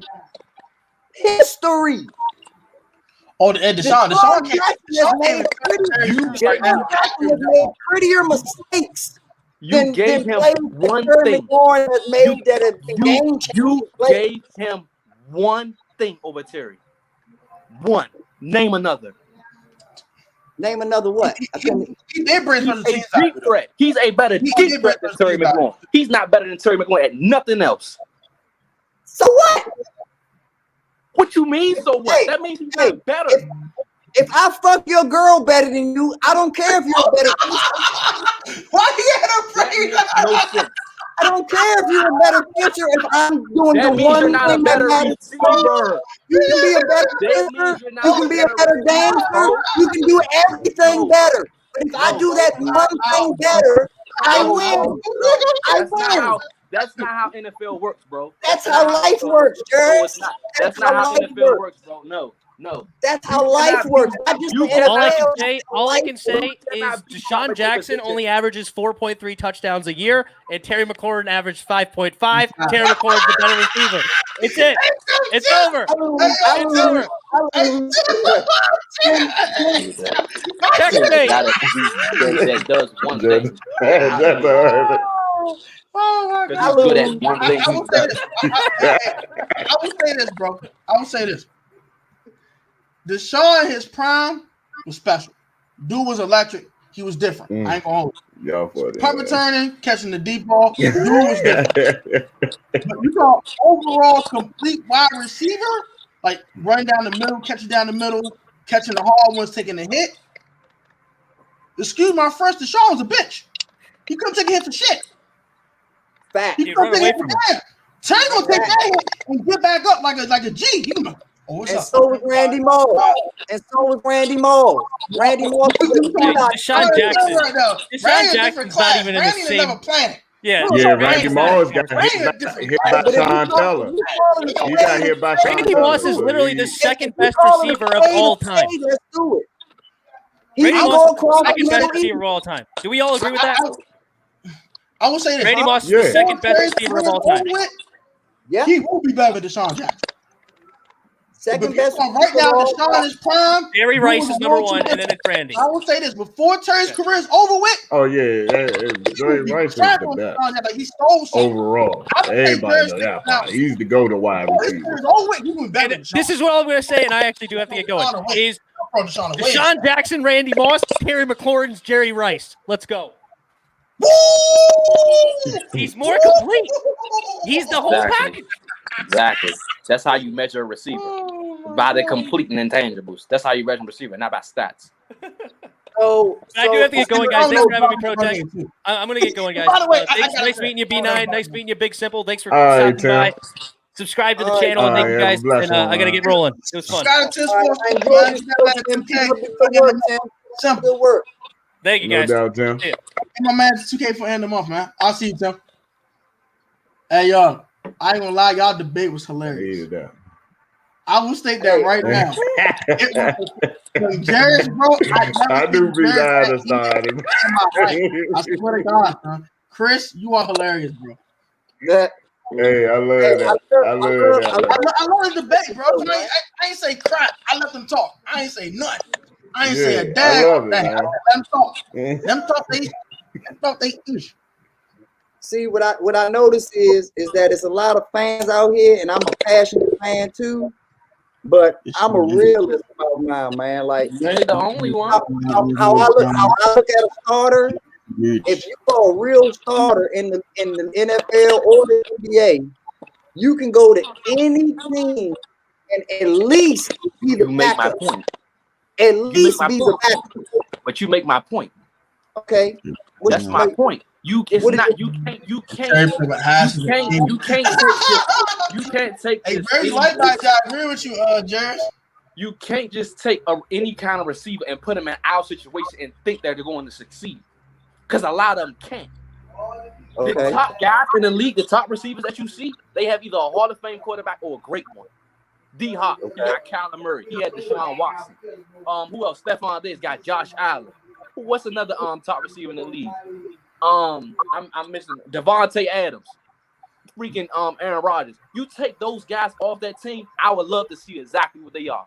I know what D Hop is because he played with 14 different quarterbacks in Houston. Don't kiss me. I know you could put him anywhere. I know that about D Hop. McCaffrey, they already saying McCaffrey one of the top 5 wide receivers just because they got Russell Wilson. Now DK I'm hearing Oh, Metcalf. Man, DK overrated. Yeah. This is my problem with DK. You can't take DK and put him in and succeed. You want to know why? He has a catching problem. He's limited in his route running. He's big and he drops passes when it matters most. That's why I don't like DK Metcalf. okay, but okay, hold on, right there, I right don't there. like him either, bro. I'm with you, bro. If you only saw a DK Metcalf, what you saw of Reyes, you be telling the whole world that we done struck gold, and you be telling the whole world how good he was, and how physical he is, and this and that and that and this. Nah, and I didn't like DK on coming him out. on the field, you'd be like, oh. Honestly, truth be told, I didn't like DK coming out. I didn't. Truth be told, I didn't like DK coming out. I didn't. I was not a you DK. saw him actually play football. But the thing is, listen, hold on, listen, no. Other people think DK's a top 5 receiver, and he's not. Yeah, everybody think that. Everything This that is the way I this is the way I look at it. That guy got Russell Wilson. Why is Terry McLaurin having better seasons than him? why You you know what I mean? moving the goalpost on me? What you mean I want to go over? I can't kick the ball that way, man. I can't kick the ball that way. The question was, if you only saw a DK Metcalf, what you saw of Reyes, wouldn't you be going around saying we struck gold? No, Be real. No, because I seen DK Metcalf already. In college. Listen to what I'm saying. I'm saying even now. I'm saying even now. But I'm saying if you only saw of him the exact same drills that you saw of Reyes, if you only knew about DK Metcalf's size, how high he could jump, his And I'm saying no. all of that stuff, you would think that you struck gold. Hold on, listen though. Because I didn't know nothing about DK Metcalf to his combine. And I still said no. Okay. Because I knew that he couldn't get in and out of his breaks. He's stiff. I knew that. I knew he had a catching problem. I played receiver before. I judge the receiver position differently. I know what you are. You can't hide them. I know what DK really is. So you telling me that your eyes have shown you that Reyes was a better prospect than DK Metcalf? I mean, once I got an international player, and once I got out of the draft. But that wasn't the question. Yeah, I'm gonna say Reyes. Yeah, he's a better prospect. Yeah. Time will tell. Time will tell. I hope you're right. He can actually do stuff that DK can't. We gotta think about Devontae Smith about you at Alabama. I'm gonna let Big Simple go ahead. I hear Big Simple rap in a minute. I'm gonna let Darius and let B9. I give my opinion real quick. Small as hell, but he's explosive as hell. He's interesting. But I'm good. That's it. Y'all can go. I think he gets a bad rap.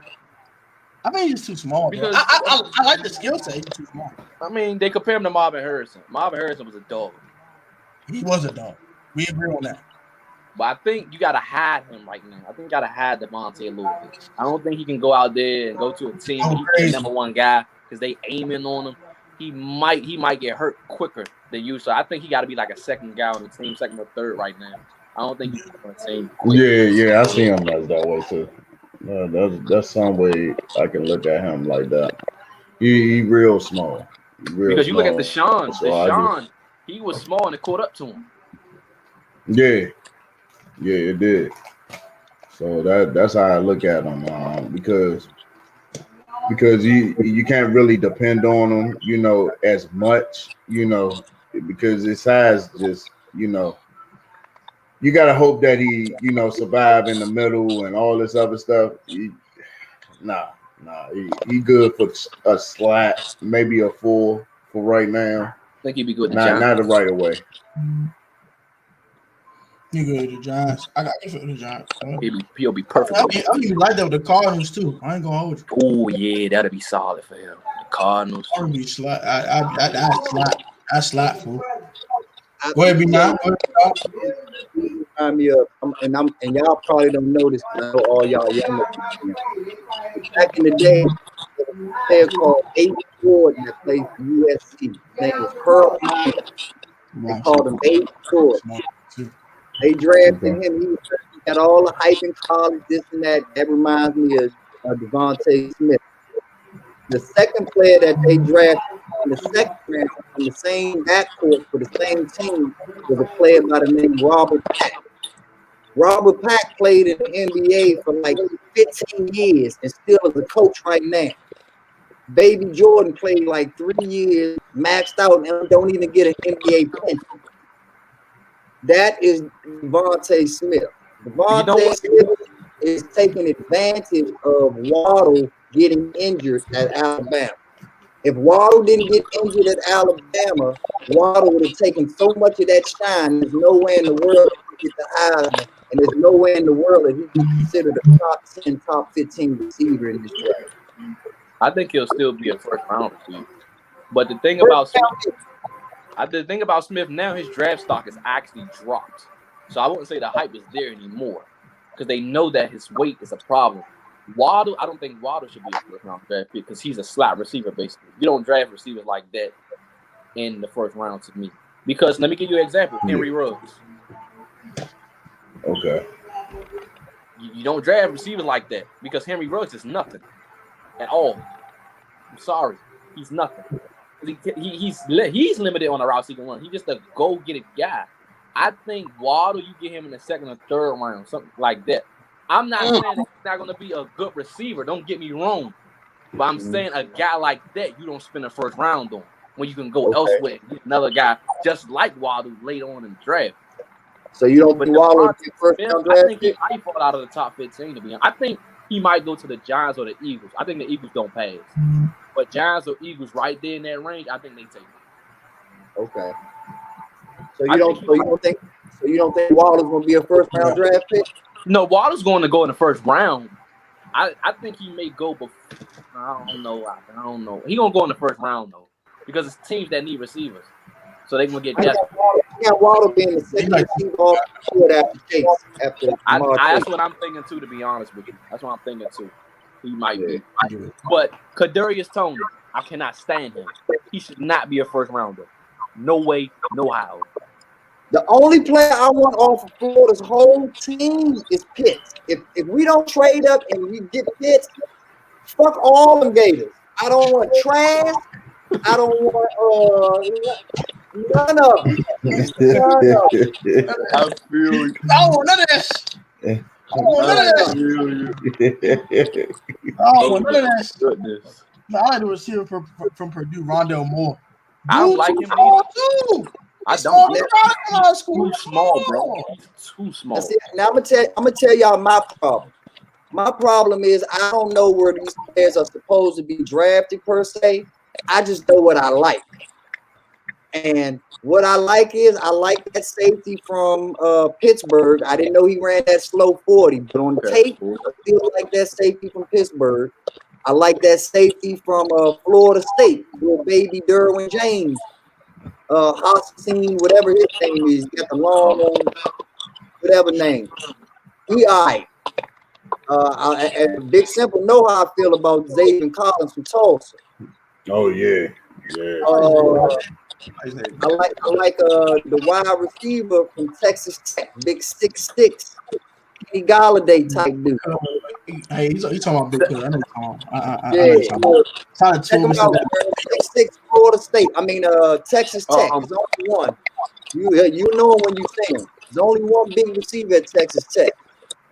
I like the Williams running back from North Carolina. Tough. I think I know you talking about Javonte. Put with Gibson, especially if Fitzpatrick is actually going to be our quarterback. If Fitzpatrick is going to be our quarterback, I don't think we got to run the ball 30 times a game. Now we talking the same language. I feel exactly. 35 times a week. I think we don't need a running back because JD is definitely serviceable enough. I think Bryce Love, they want to give him a shot. If he can stay healthy, we'll be fine. Antonio, I believe Antonio needs 20+ carries a game because that's the only way you're gonna win games. You got to keep the ball out of Fitzmagic's hands. Get that ball to but you don't overuse Antonio Gibson because you don't want to him in like Christian McCaffrey injury. You don't want to overuse your running backs when you got multiple. So I'm there with you there. So I think what's good. I got another wide receiver that I really like. Jonathan Adams. I like him.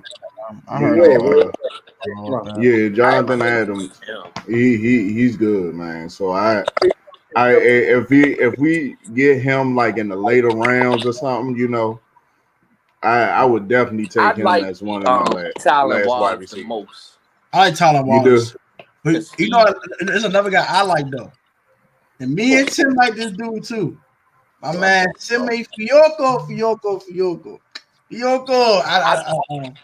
think I like Fiocco, bro. Where is he from? Where's he from? Play with Davis Mills. Stanford. He was their number one receiver. Okay. I think for receiver for us, I think we need a dynamic one. Like, we just need that one guy that comes in that just shakes it, like, that can just break the game open. I think we're missing that guy. I think, me personally, if Kelvin Harmon comes back healthy, he's number 2, period, in the discussion. Because Ron said that coming in. He said, I was hoping Kelvin Harmon was going to be my number 2, but he got hurt. So, Kelvo already coming in with upper hand. Now it should be Terry, Kelvo, and Curtis. I don't know why Humphreys was even on his team. Because once I heard them say, "Oh, we're gonna use Curtis Samuel more of a Swiss Army knife," I'm like, that's dumb. He should be the slot receiver and still let him do all that other stuff. So now I feel like Kelbo, a healthy Kelbo is a 1,000-yard receiver to me. Because he splits up the whole middle of the field and he takes the hits and still keeps on moving. So I think a healthy Kelbo ain't dependable, bro. What you mean? This is something I was thinking. Dependable, bro. He don't drop shit. You don't. Yeah, he don't drop nothing, bro. None. But I got this question for y'all since Jerez brought this up. I think that Curtis Samuel is the end of J.D. McKissick.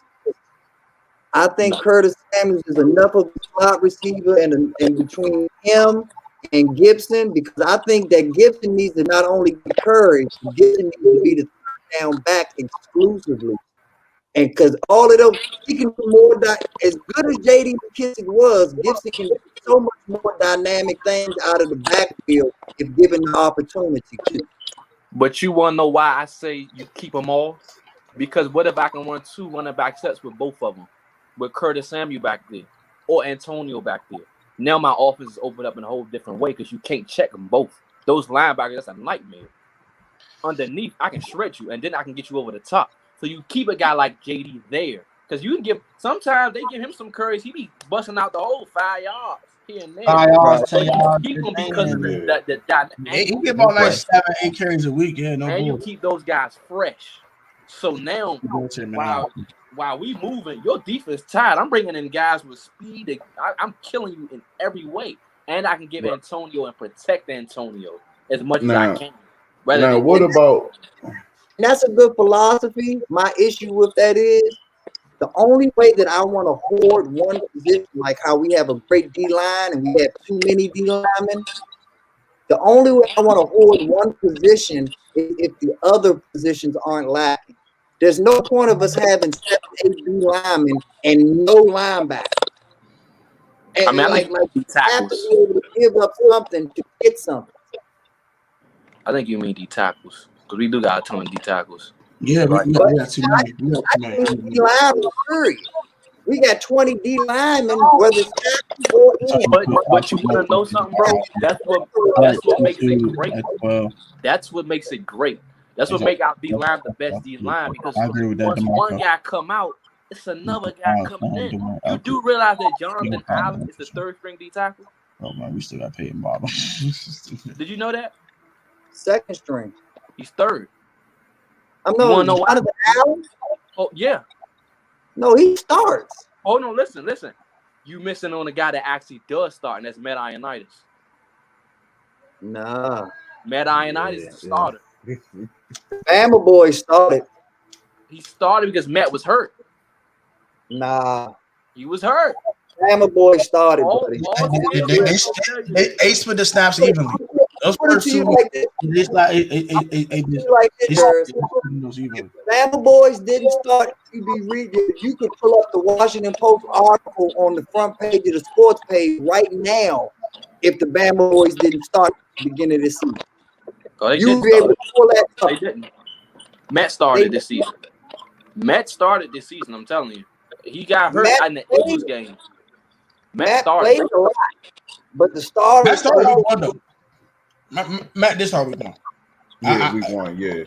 Matt and Ben started the rest of the season, but Matt he was on that first snap. Whether he started week 1 or not, the starters were the Alabama boys, Chase Young, and Sweat. That's the first. If you go to Redskins.com right now, that's the starting lineup. Right now, because Matt's hurt. I bet you $5 Matt started. I'm not saying, and this is how I know it did happen. And Big Simple, you know this for a fact. I've been saying all year last year that I wanted Matt Ioannidis and the other D tackle backup to start because they were the 2 best run stoppers in my opinion. All day, man. We all know that. Like them starters last year because I knew what we was gonna have on the ends, and if we actually had somebody to stop the run, we'd have been a different team. Matt Ioannidis proved that because when Matt Ioannidis got hurt, that's when the run suffered. But that's what I'm saying. Matt started that That's game. another thing. B9 though. B9. Matt, that's the best interior pass rusher. He's not just the best rusher. He's the best. He's our best lineman. And the thing about Matt is he's the only one that can beat double teams consistently. Yeah, That's true. Now, when we get Matt back, now I got Matt and Deron. And guess what? Oh, Matt, y'all need to spell. Let me go bring in John. Y'all forget about Tim Settle. 6 sacks last season. 6 sacks off the bench. Come on, bro. Bench, bro. We need them guys. And like I said, let's pay attention to see like if Matt Ioannidis starts this year. I hope he does. Bro. I definitely hope he does. I just feel like they got a bias for them Alabama boys. They got an Alabama boy bias. I don't want to say somebody got to go, but But if it's somebody gotta go. I know you want Allen to go, don't you, bro? I already know. I want I know a lot of people want Allen gone. John Allen is good, but the thing is, that's why we got to get something for him. But he got to go. He feel like he a waste of space. But that's the thing. They wait. He's good, bro. But he don't last with his contract. He can walk next year. I'm not getting that man no $17, $18 million a season. So if we want to trade up, if we're going to trade up in the draft, like I think we're going to do, you might want to get out of John name. Yeah, if you want to trade up, because maybe now. I think we're going to trade up to 7 to get Lance. Maybe now I can be like John and 2 firsts. So that's 3 first rounders right there for you. Oh, and to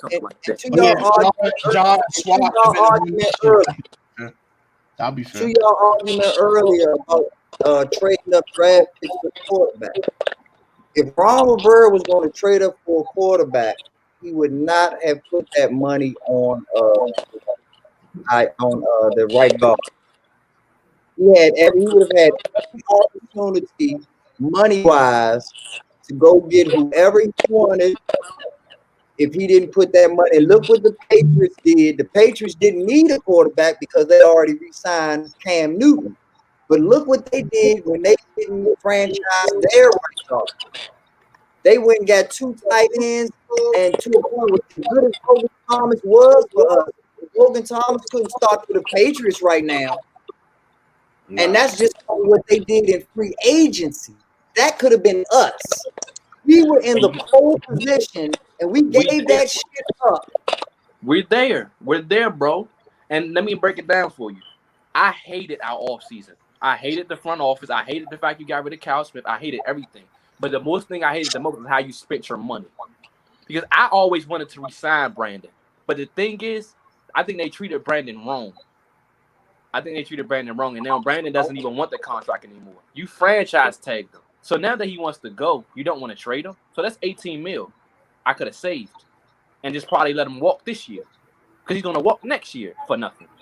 So I could have had my $50+ million. You're going to get a compensatory 3rd round pick. What is that? Nothing. I get my $50+ million. Now I can this draft I can get all my needs in the free agent market. And still with those little picks, use depth and still get talent. I always say they had $50+ million and got two acquisitions. That's terrible. You got 20. Hey, B9 was on point though. He was on point when it came down to Brandon Scherr. Yeah, he was on point. I ain't gonna hold you. He called it. This 2 times now, y'all. It's 2 times now. You waited too long for Trent, and you waited too long for Brandon. That's too long. But on the Trent thing, I'm gonna break everything you saying is right, but I'm gonna add a different perspective on both of them. As far as Trent Williams goes, we still fucked up, even being too late, because the second they signed that new CBA, that gave the Redskins all the leverage and took it away from Trent. There's no way in the world that Trent is gonna hold out a 2nd year in a row, knowing that the NFL Players Association don't back you up on them times no more. The NFL Players Association put the new CBA that if you don't show up at training camp, they support you getting fined. If you sign the deal, show your ass up. So Trent Williams lost all of his leverage, but we still traded him for peanuts. Number two, the sheriff thing. We stuck with him though. I ain't going. He's absolutely right We as far as stuck with Brandon. Bro. We stuck. Ben signed sheriff and showed him the money years ago. But not only did we disrespect the man, we did it on a year where a new TV deal is coming the next year. All of the players only want to sign a 1-year deal. That's why the wide receiver for the Steelers went back to the Steelers for 1 year. Yeah. Because You get paid next year. new TV money next year. So the Redskins act like they not even in the fucking NFL and knowing what's going on and knowing the damn NFL calendar of what's coming down the pipe. Of course you want to pay somebody before new money comes. That's true. But we didn't do that from a stand. But fuck football. What kind of business organization is this? That's the same thing I felt. Same way I felt. I'm like, and another thing about Brandon too, I want to bring up. It's like, all right, and this is our problem with homegrown talent, bro. We don't pay him on time, bro. And it's just bad examples because these two players are not on their team no more. But look at Jared Goff and Carson Wentz, bro. They didn't waste any time on paying them dudes. The Eagles saw Carson Wentz on his last year of his rookie deal. They called Carson Wentz, hey, come in, let's negotiate. Let's give you the money. Let's give you the bag. Same with the Rams. Rams said, all right, look, I'm going to give Jared Goff this money. Hey, whatever is what it is. Shoot. And then another thing about Brandon Scherff, you know. Homie name, bro. I forgot dude's name, bro. Go ahead. I can't think of homie name. Even with Mike Evans, when his rookie deal ran up, the last year's rookie deal, they called him. They didn't use no 50-year option. They called that man, paid him on his 4th season. They gave him the bag. They wasted some time with that. They paid the money. They weren't wasting time and lacking and bull jiving. They paid them. These dudes are getting paid for the end of their rookie deals. And Washington sitting there waiting till the 50-year option come. Oh, yeah, no, we got to pay you. I'm taking too long. They think about their next destination now. They think about where I'm about to go. Now I'm probably thinking, oh, all right, they ain't going to pay me this year. You know I'm going to go? I'm going to go to Kansas City. I'm going to go to Super Bowl contender. I'm going to go here. I'm going to go here. I'm going to Pittsburgh. I'm going to go here. I'm going to go somewhere. Ain't going to be here. They ain't paid me yet. What's up with the money? Where the bag at? Like, they got to pay these dudes on time, bro. Like, I don't understand this team. And then the other thing, you feel me? I feel you on that, man. And the other thing is, you know, with Brandon Scherff, you know, Brandon Scherff, he was dealing with as he was saying, he was dealing with his, you know, his weight problems and all this other stuff. You feel me? And you know, all that came into play. And then you know, Ron Rivera, you know, they came through new organization, new team, you know, and then you get new players coming in. You know, they just trying to meet up with the players and who they are and who they really are, you know. So that come into play too a little bit because, you know, if I see a new coach come in, I'm gonna say, you know, I'm a Pro Bowler, but you know, I don't know, man. Like I'm new here, y'all new here, you know, and I'm just the guy over here in Washington. You know, I'm just the guy, you know, in Washington. And another thing you got to realize is that when Jay Gruden crucifies a player, he has no business being on our team. When Jay Gruden publicly said he's a guard, he's just a guard. Right then and there, who cares if he's a pro? He was a top 5 pick. That is an embarrassment as an organization to pick a guard. I don't care what he was supposed to be. We thought we had a tackle, but he ended up being a guard. No one picks a guard with a top 5 pick. End of story. And to Juris's point, if this was a real organization, they would be deciding whether or not to sign Jonathan Allen right now instead of right now. They will be working and already planning what they're going to offer Deron Payne next year. because you can't sign all of those lines on the same year, or some of them have to be early extensions because Chase Young is not taking no discount. He's not taking no hometown discount. And I wanted Brandon to come back, but they just disrespected him. He had him 2 Super Bowl rings before his rookie deal over. He ain't taking no damn discount. So you have to be 2 steps ahead of the game. And unfortunately, our organization is 2 steps behind the game. We did the same thing with Kirk Cousins. We did not learn with Kirk Cousins. Then we're doing the same thing with Sherv. And every time we do something stupid and don't take care of our own, we can always draw it back to some free agent that we gave stupid money to that we had no business giving it to. Landon Collins had no business getting $80 million. No business.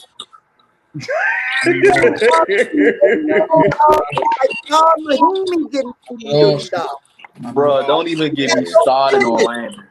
Don't even get me started on Landon. Oh my God. And the other one, Josh Henry Norman. Hey. Josh Norman. That's why man. Everything is just so wrong. I wanted us to re-sign Brandon. And you know what I knew was like I say, I follow this team hard. Why would you give Chase Roulier a deal in the middle of the year but not get Brandon settled over? Brandon seen that. You got him a deal and you didn't even talk to me? No. Yeah. No, I'm out of there. So now it's like, I mean, I can see, and then you tag them for 18 mils. It's like, I'm not about to sign another contract with you for what? I don't even care if it is the biggest deal. You disrespecting me as a man. And after everything I did for this team, I'm a walk. Okay. That man, what's up, bro? Thinking of me, I could have just got John Allen extended. Just like that. I could have got these. I could have did so much with that money, and they not thinking like that. You got to set yourself up. They still don't let him walk. He's walking with another $20 million. He's walking with $20 million. And he'll probably get another 16, 17 next year again in free agency. And all you get is what, a 3rd round pick. Bro, he might even get more than that. He might get 20. Teams gonna line up for Brandon. $20 million guard ever, bro. They gonna line up. He gonna do the Trent Williams way. And let's keep it 1,000. He's only got to play 7 games to get that money. He ain't even got to play a full season to get that break. If he plays 7 games, he'll be a Pro Bowler, and he's gonna get his money. That's why I say I think right now that you did that, you can't just let these players just walk for nothing now. You can't just let these players walk for nothing. Like, that's the way I looked at it. I was like, Tim Settle. Now Tim Settle, I can get some draft capital for Tim Settle, but I can't no more because he on that last year of his deal. Okay, now John Allen. If I want to trade up this year, I'm not letting John Allen. I'm not even letting John Allen touch the market because John Allen's gone as soon as the market hits. John Allen getting 17, 18 million from somebody. Somebody gonna pay that back. So it's like, I'm trading up. I want us to trade up and get Trey Lance. Take his butt and ship him off now. Because you got to get something for him. Yeah. Something. You can't just let these guys just keep walking and walking and walking. No, get something for him. What up? What's good? There's no reason why we don't re-sign Kerrigan in a sign and trade deal. There's no reason that we shouldn't have sent Scherf in a sign and trade deal. There's no reason that we can't, even if it's just for a 4th or 5th round pick, there's no reason why we can't get rid of Collins, even if we have to pay half of his salary. But like you say, get something instead of nothing. Anybody that you don't want, get something for. Exactly. I'm so sick of that bullshit compensatory crap. I will say this though.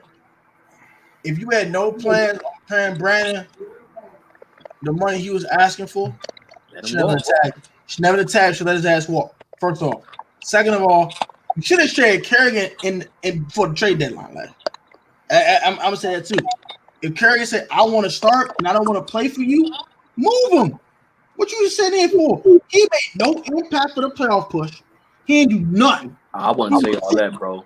They didn't give him as many snaps, bro. And when he did get in, he was always back in. It doesn't matter whether he did anything for the playoffs. What matters is that he had value. He had trade value.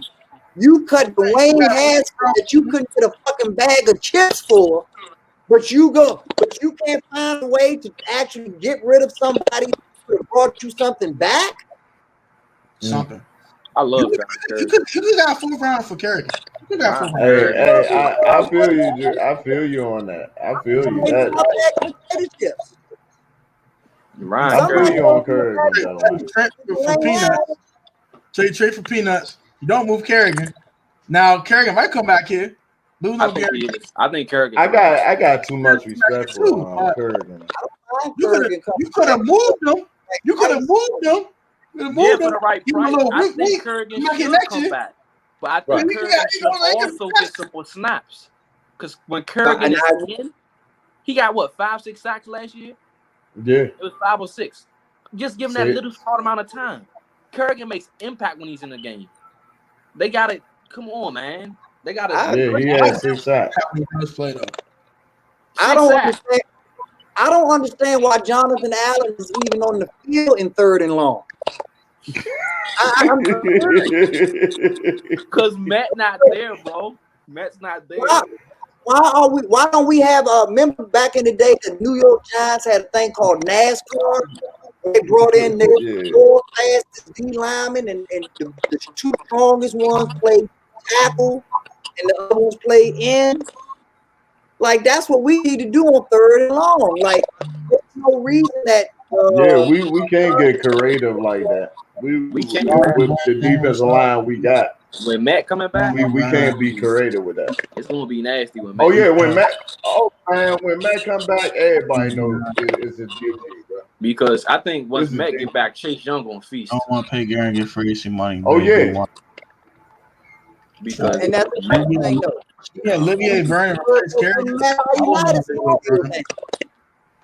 We need to be worried about whether we're going to re-sign Tim Settles or not. We need to be worried about Matt Ioannidis ain't taking no discount on that deal. Tim Settles gonna walk, bro.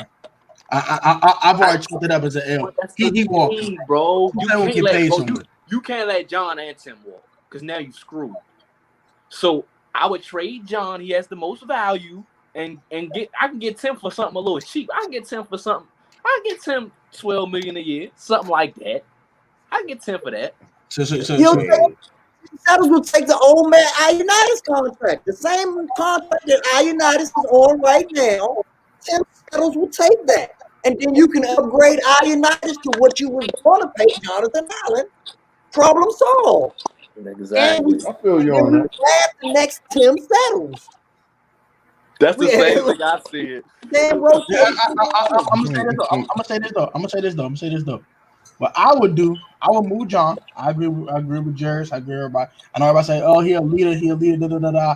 Man, that's what you got to chase for. They got the other players on the team for the leaders on the team already. I get John as a glue guy. I get all that. Look, man, you're not about to get 18 million. I'm shipping you off. That's the same thing I'm saying. I'm giving Chase that. I'm not saying John's not worth 18 because I believe John is, but here he's not. Because he doesn't have third. He's our third starting tackle. So I'm not giving you that money and you barely get all the snaps. No, because I gotta pay. If I give him 18, how much I'm gonna get around? 20. You're wrong about 18. 23. No, you're not giving the same thing as John. He's way better than John. You probably about 20, 21. If Jonathan Allen were to play DN for the Steelers, he'd be worth 18 million. Because Jonathan Allen is a 3-4 DN. Not a 4-3 DN. Jonathan Allen actually did better in the old game than he did this year in this game. Some of these things y'all saying, I don't agree with y'all. At the end of the day, front office and Ron going to do whatever they're going to do. At the end of the day, we're not the front office. We agree with that, Sean, but we said our opinions of what we think. But office hasn't been looking too shabby, by the way. I do not like that front office. I don't. Unless they get Lance, I like them. Until then, I don't like them. I think we're trading up for Lance, personally. You trade John Allen, and use that first to draft another DN. You don't gotta do all that. Like, you don't gotta use no first to draft. You package John Allen. You pro John Allen. You might have to give up the extra one. You might have to give a 2 next year. A 2, John Allen in the swap. That might be enough to give up the 7. You might have to give the extra 1. That's what I said. You just swap and the 2 and John Allen go away. Go to Detroit. It makes sense now, but I don't think they're gonna do that. They're gonna keep all of them, but it makes no sense if you're gonna let them walk for it. Pay everybody. And they wasted their money this season. Like you wasted that money badly. Brandon took that. Brandon gone, so you lost Brandon. So think about this way: you lose Brandon, then you lose John, and you lose Tim. Did you get better or worse? Way worse. Way worse. And you wasted money on Fitzpatrick. Exactly. Oh, bro, I wanted to get into that. That 10 million. That 10 million, bro. I hated it. That 10 million could have went to 2 different positions that could have came in at. Do you know how much the Eagles got Anthony Harris for? $5 million. $5 million. That $5 million could have went to him. Seriously, you could have got. You could get Malik Hooker too. You could have got a linebacker. Yeah, because Fitzpatrick, he could have just got what? It just coming off the bench. That's what I had. I was drafting a quarterback. I would let that alone. What people don't realize, bro. He's trash. Their first moves was to sign 3 backup quarterbacks, and nobody peeped it. Taylor Heineke, they sent their Kyle Allen, and then they signed Fitzpatrick. Nobody peeped it. 3 backups. I want 10.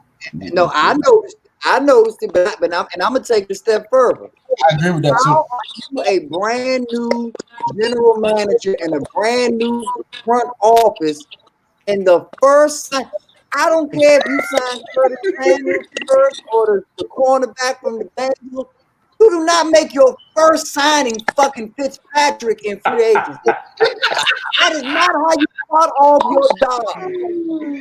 That is the equivalent of everybody on the panel showing up for the first day at work with their pants unzipped, with toilet paper at the bottom of your shoe, the whole place of fucked up shit.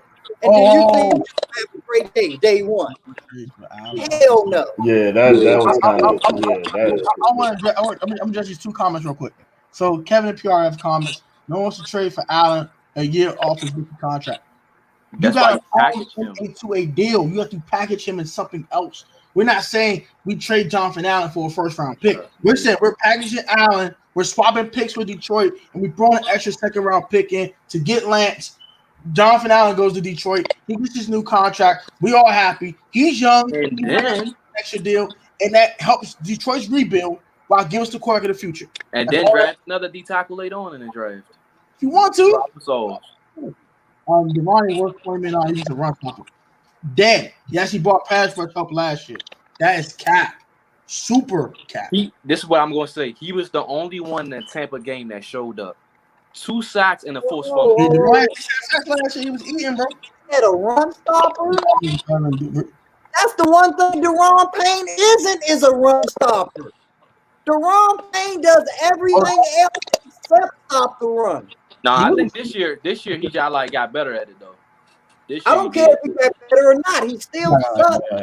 Hey, if Kelly Price loses 100 pounds, she's still a fat bitch. So I don't care how much weight you lose. I'm gonna say this though.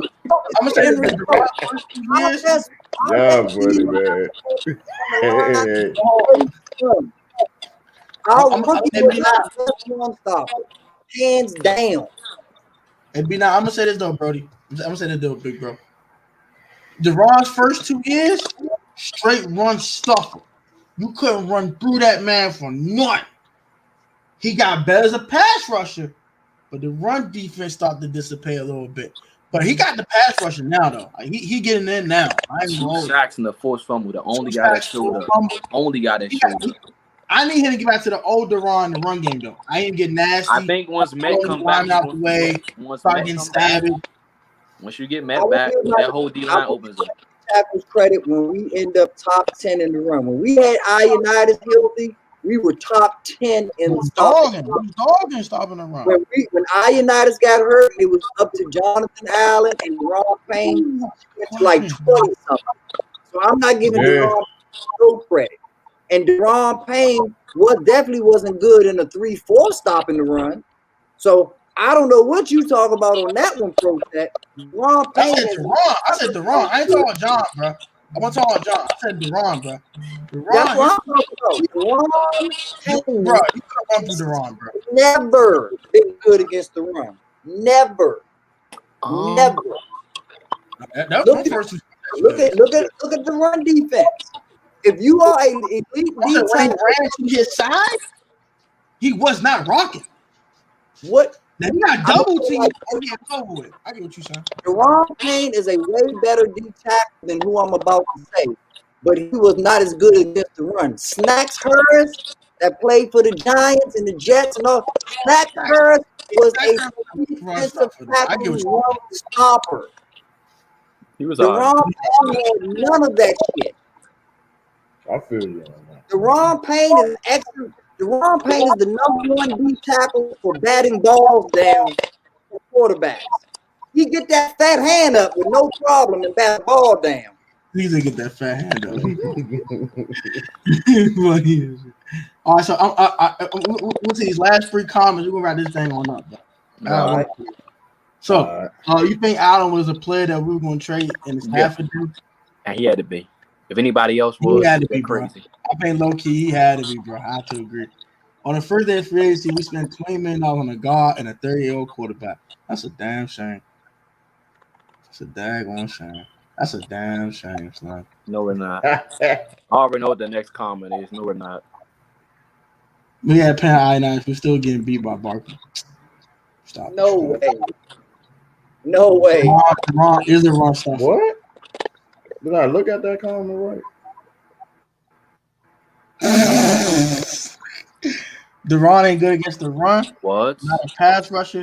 He's downgrade. He's been downgraded in this form to wondering why he's even starting in the league. All right, bro, you size him now. He hyper. You got using ears. You write your own novel now. You write your own book. Yeah, that's why I said the Giants game he was killing. The Giants game, Deron was killing against the run. He was Oh yeah. Why all the hate for Fitz? He way better than Alex. Like if he was still here, he's not better than Heineke. Bro. And you gave him $10 million. I'm about to deal with this real quick, Jerry. I'm gonna let everybody talk. I want to deal with this, bro. What would you rather do? Spend $10 on Ryan Fitzpatrick or go get a quarterback in the draft? I'd rather draft a damn quarterback. The quarterback's about between 19 and 22 years old, young, got all the potential in the world. By getting a 38-year-old man who we know who the hell he is, who never played a playoff game in his life, who's done nothing in this league but be mediocre, miss me with that. Get the hell out of my face with that shit, bro. I'm sorry. And I've been trying to cut down the cursing. Y'all lost y'all damn mind. That's crazy. No, son. Stop what you doing. Y'all can go with it. No.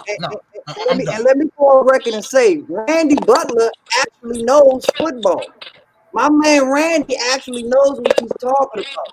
But on this for Randy, I'm going to tell you why we hating on him.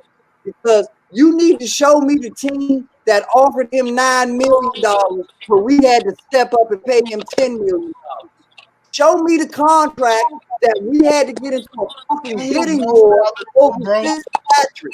We could have got Fitzpatrick at $3 million. $3 million, yeah. We promised him to be our backup, and he would have signed that contract hands down.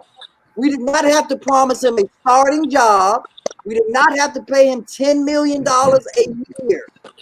And as far as Alex Smith goes, saying that he's better than Alex Smith is like saying I got a girl that looks better than Leslie Jones. So what?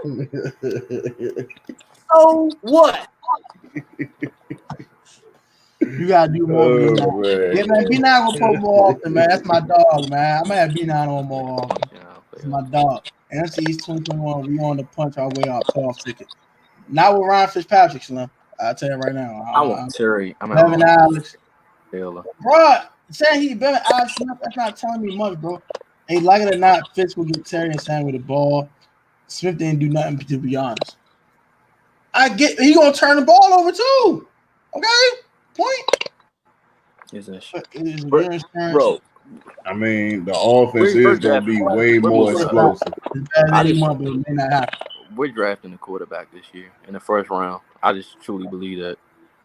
And now depends who quarterback you draft. I If feel we you. I draft feel you. that, It's gonna be Lance. It's gonna be Lance at 7. That's money. Look at stats I last feel 2 you. It years. doesn't matter what Look. stats, Bro, bro. I'm staying right where I'm at, man. I might Has stay he where played a I'm playoff at, game? but Did Ryan Fitzpatrick play a playoff game? Please answer me this Mm. question. And I get the statistics been a lot better last 3 years. Okay, that's cool. Has he played a playoff game, bro?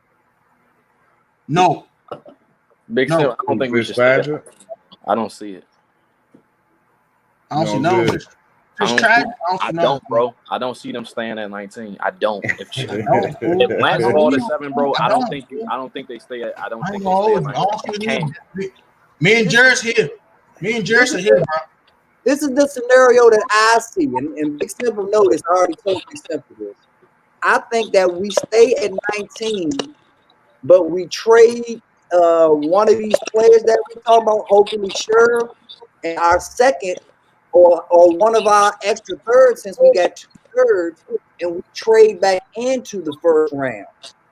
I don't know if we're going to get a quarterback in the first round, but I think that we're going to end up with 2 first-round draft picks this year. I'm hearing that they don't want to trade Brandon. They can't move him. No one gonna want that. No one wants that contract, bro. Yeah, somebody probably wants it. You have to have something to trade for. Whether it be college, Kurgan, I some just think, bro, of them. That sounds tough My right thing- there. you cannot leave this NFL draft without a franchise quarterback, and I'm not talking about one league. Because if you leave this draft without a franchise quarterback, in my mind, you're done for the next 3-4 years. Because you're not finding a franchise quarterback. You're not. The next couple of drafts on a little too high. I ain't gonna So You're what not. happens to Aaron Rodgers next year? I BG, mean, what's up, bro? But do you really? That's the thing. That's a pipe dream. Why? That's a pipe dream, bro. It really is. I mean, I heard you say it the first time, but why? Because do you really think Aaron Rodgers? Are we going to truly go trade for him? One, No, and who's to say? Hold on, but who's to say that they don't restructure him right now, or get a deal done sometime during the season? Do you really want to put your faith and trust in a 38, 39-year-old Aaron Rodgers as your franchise quarterback when he truly probably got 2, maybe 3 years left? Really? For the Redskins? Hell yeah. See, but that's the thing. That's out. That you can't think like that as a fan, because what you get, so you getting him 2 years, and then what you gonna do? We won two out of our 3 Super Bowls with over the hill. Okay, but okay, you went to the Super Bowls. Then where do you go? But where do you go after that? Boom, back downhill. 3 years gives you time to draft a franchise, a young franchise. The same thing that Green Bay did last year. It gives you time to draft for the future and to They traded up for that quarterback, by the way. Right. But either way, they built for the future. My point is, bro, if we have Aaron Rodgers, right, we're going to be probably 32. Where are we getting a franchise quarterback at 32? You're going to have to trade up. Multiple picks. Multiple. And then you're screwed if that pick doesn't hit. That's my point. That's why I say this year, you have to go get Lance because you're giving up less and you're getting a franchise quarterback and you still fill out all your needs. And then you good for the next 10 years. And you're a playoff contender. All so you constantly vowing for something. They have to trade up this year. If you don't, why can't we give so much? The LSU quarterback that went number 1 last year. Joe Burrow. They want everything. They want the whole kitchen sink, bro. There's always quarterbacks that come out of the woodwork. What's up, Scans, man? You going off this theory that you done that after this draft, all good quarterbacks are going to be Thanos for the next. No, bro, that's not what I'm saying. My point is, bro. This is my point, bro. We at 19 this year, right? We at 19 this year. Next year we're gonna be lower. So that means if you don't take a quarterback this year, you're giving up 5 first rounders to move up. That's how much it's going to take. Now, if that quarterback does not hit, who's us games, man? If that quarterback does not hit, Ryan that group that you are comment. screwed. That's my point. You know, he a 1 year product though. I think he's only 1 year though. After 1 year, spend the money on a first round draft pick. Really? If you spend the money on a third or fourth round draft pick with the new CBA, it's literally pennies on the dollar. Literally just draft a running back that just happens to be playing quarterback. He's getting running back money. Second round. So I'll take it's that not third all your round. franchise. So And so you're you making believe- an argument of why you don't draft a quarterback in the first round, because only drafting a quarterback in the first round and getting that wrong, having an injury, sets your franchise back. Nobody drafts in the fourth round and loses that quarterback early, or it doesn't pan out, and they saying, "Woe is me, my franchise is fucked." So you saying draft the quarterback late? That's what you're saying.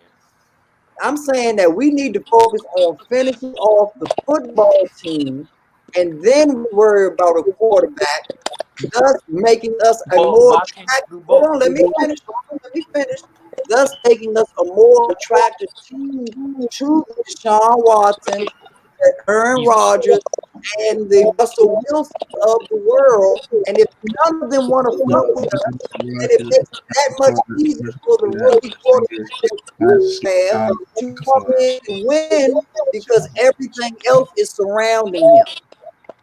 I highly And if you doubt listen to Ron, and this is my last point, then you got it. If you listen to Ron Rivera's press conference, that's exactly what he said, where he made his mistake in Carolina by drafting the franchise quarterback first and then putting the team around Cam Newton instead of doing it the Seattle Seahawks way, building the team first and then drafting Russell Wilson to finish it off later. I think Ron is full of it, because it's no way that you can say build a team later when he went after practically every single quarterback this offseason. It's hard for me to believe, like I said earlier, that you do not trade up for a quarterback when you put multiple trade offers down for 3 or 4 different quarterbacks already. It's hard for me to believe that you don't do that. They're going to put a trade package together to move up. My thing. Oh, you go ahead. Go ahead. Go ahead, Skin Fan, real quick. First of all, what's going on, fellas? What's up, Big Dog? What's up, BG? BG. Thanks for letting me on the panel, brother. I was sitting back listening to you guys, man. I thought about it. Like I said, we've been talking about this thing back and forth. I thought about this thing again. Us trading up from 19, that's 19. Do you know how much we have to give up from 19 all the way down? We definitely want to trade up at the top 5. No. We're gonna have to. You don't have to trade. We're gonna have to trade up if they are looking for a quarterback. If they want a quarterback in this year's draft, they're gonna have to trade up. They're gonna have to trade up deep into the draft. You got to trade up to the top 7 to 9 is your trade up mark. That's true. That's facts. But if they want a quarterback in this year's draft, they're gonna have to trade all the way up, and they're gonna have to mortgage the future on an unproven talent. I'm thinking 7. I'm not trading the 4. Screw 4. Heck no. Because no, you trade the 7. I said my trade deal was 3 firsts and a second. But now that I thought about Jonathan Allen, oh crap! When I thought about Jonathan Allen, I'm like, you know what? I don't need to give you a second. 3 firsts and John Allen. That's not mortgaging much, because I'm getting a swap and I'm just only trading 2 firsts. 3 firsts ain't a lot. I'm swapping 1. I'm swapping, so I'm keeping this year. I'm only giving up 2 next year. If we coming from 19. If we coming from, that's a long way. If we coming from 19. So you don't think 3 first rounders and Jonathan Allen gets the 7? Nope. I disagree. Because you have to look at it this way. If no other team is offering that, look at it this way from Lions' perspective. I just got 2 firsts from the Rams. So I got 2 first-round draft picks in back-to-back years. If Washington is giving me 3, I got 3 first-round draft picks in back-to-back years. And I get Jonathan Allen. You gotta also realize it's not what we giving up, it's what they want. We can't just give up. We can't just give them something and they take it. They gotta want something. That's true. That's true. But I get both sides. Let me just mediate this real quick. I get what Jared's is saying, because if that's the best offer on the table, you need to take the best offer on the table. Before Washington, the only team that's looking for a quarterback, to be honest, is probably New England, because they probably want Fields. If the 49ers still have to take Mac Jones, the only team that is starting for a quarterback in the future is the Patriots. So they sitting at 15. They might move up to 7 and take Fields. I see that happen. I see them trade up into the top 10 to get Fields. So Fields is gone. So I don't think Lance even pick at 7. You look at Carolina, trade for Darnold. They're not trading for quarterback. The Broncos say they believe in Drew Lock, but we don't know. They might take quarterback, they might not. So I think Lance will be sitting there right at 9. 9 is the spot for Lance, I think. That's why I said 7 and 9. So Okay. either one. So if you talk trade from 19 to 4, I'm not with it. I'm good. I'm not getting top 5. I'm good. I'll pass. Okay. If we talk to 9, that's what y'all not forget. Y'all have to realize that even if y'all think he's going to be there between 7 and 9, that means that we have to trade up in the top 5 to guarantee that we get our guy. Because you can't. These scenarios do not work out perfectly. You cannot say, okay, I know he's going to be drafted at 7th, and then so I'll get the 7th pick, and then someone will trade up to get the 6th pick and fuck your whole shit up, and then you done traded away all your stuff. Hold on, the second point that I want to make off of that is, damn, y'all made me forget. Y'all know I'm old. Real quick. The Dolphins are not trading back down. The Dolphins are not trading back down. They move back up to 6 because they want to ensure they get Jamar Chase. Neither is the Bengals. Not going back down. The Bengals are not. And nobody right at 6. You gotta think about it. Nobody wants Falcons pick. The point I remember now. I was about to say, nobody had Green Bay drafting a quarterback last year. Nobody had Green Bay trading up picks to get a quarterback. So that's the point is, and the last point I want to make off of what Juris was saying about all the trades. The Rams traded for Stafford. The Rams are a Super Bowl contending team, a team that's already been to the Super Bowl and lost. The San Francisco 49ers traded up to get a quarterback in the draft because they're a Super Bowl contending team. They just went to a Super Bowl recently and lost. The teams that are making the moves that you want us to make, Jers, are teams that are better than us and have a better track record of success than we do. I got a question for you. If we achieve that track record of success that they achieve, then we can validate all in and trading up. I got a question though. Do you believe San Francisco is better than us? We are more Giants than we are Tampa Bay Buccaneers. So we're in position.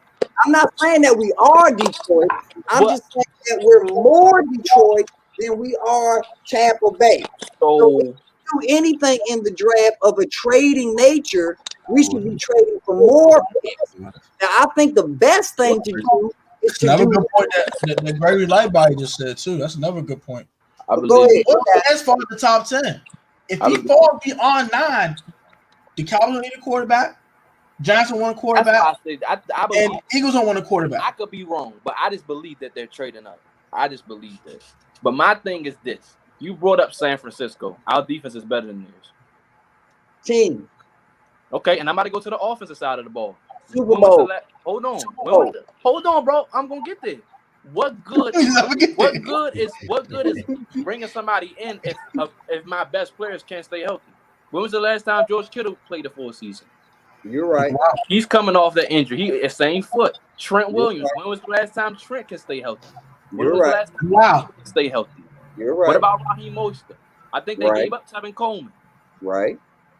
Tevin Coleman's gone. He with the Jets now. He with the Jets, Tevin Coleman? You're right. They believe that they're a quarterback away. Okay. I believe my thing is the way Skins fans look at it, if you trade up, now you can't go get nobody else. It's 7 rounds in the NFL draft. It's 7 rounds. It's not one round. Okay. So I'm like, come on. To the draft, though. It's not like you're hindering I it. feel you It's now. 7 I feel you. rounds. Ready Red funny him giving up an RG3 package. That's not happening. Let me ask you a question. Dan Snyder's out the way this time, son. Now, but you promised me that you was gonna get to the Super Bowl part. I don't think we're far off, to be honest with you. I really don't. No, my point is that the Rams have already validated within the last 5 years that they've gone to a Super Bowl. So they validated making a big time move. The 49ers have been to a Super Bowl in the last 5 years, so they have validated making a big time move. We won the NFC East Championship at 7-9 with the Giants not having their best player, with the Cowboys not having their best player, and with the Eagles having for a head coach. We have not done anything to validate making a move like that, especially when we still are just getting over the RG3 fuck up that we made by trading away the farm and getting nothing in return except one good season. You have to put context into what you're saying, because we as fans do not get where we've been. I know where we've been. Trust me, I know. That's why I want to trade up. That's what I know where we've been. And I believe, and I'm telling y'all can at me on everything I'm saying. If they do not trade up in this draft, we will not be winning this division for the next 3 to 4 years. You can at me on that. I promise you. That won't be a good thing. You want to know why I won't? Because now you'll be rebuilding. Because who's to say Chase Young want to stay? Who's to say Deron Payne still want to stay? Who's to say Terry McLaurin want to keep playing for 5 to 6 years quarterbacks? You got to look at it that way too. The players, why am I still sitting on this team? And we're just going downhill anyway. Do I really want to be on the rebuilding process or go compete for a championship and get paid there too? You got to look at that business side of it as well. So I'm saying is, you go trade up for Lance. You not if let's say hypothetically, they take 3 firsts and John Allen. That's fine with me. Because I still gonna build. I still got second, my 2 thirds, my 4th, my 5th, my 2 7ths, and then next year I just don't have a first. I still got my 2nd, 3rd, 4th. I still got all my picks. I just don't have 2 first rounders next year. That's it. I would say that the only way. I don't say haul. Like if they want 4 first rounders, you are crazy. No, I'm good. But 7 and 9, yes. If they willing to take that, I'm give me that. Go ahead. I'll give you that. But another thing, Taylor Heineke, we had the Tampa Bay Buccaneers on the ropes. I personally believe that we lost the game when Cam Sims dropped that pass in the middle of the field. I personally believe that. And then there were some fluke calls that went Tampa's way that shouldn't have went their way. That's a story for another day. I believe with this team, with Taylor Heineke, I believe we can possibly win 2 playoff games.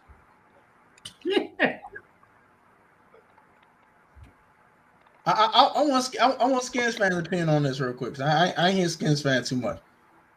Go on, BG. Only question. Look, I asked this question before. I'm gonna ask it again. I want to hear what Jared's got to say on this one. All right, we at 19. Is there anybody in this draft that's worth us trading up for to give up the next 3, 4? Outside quarterback.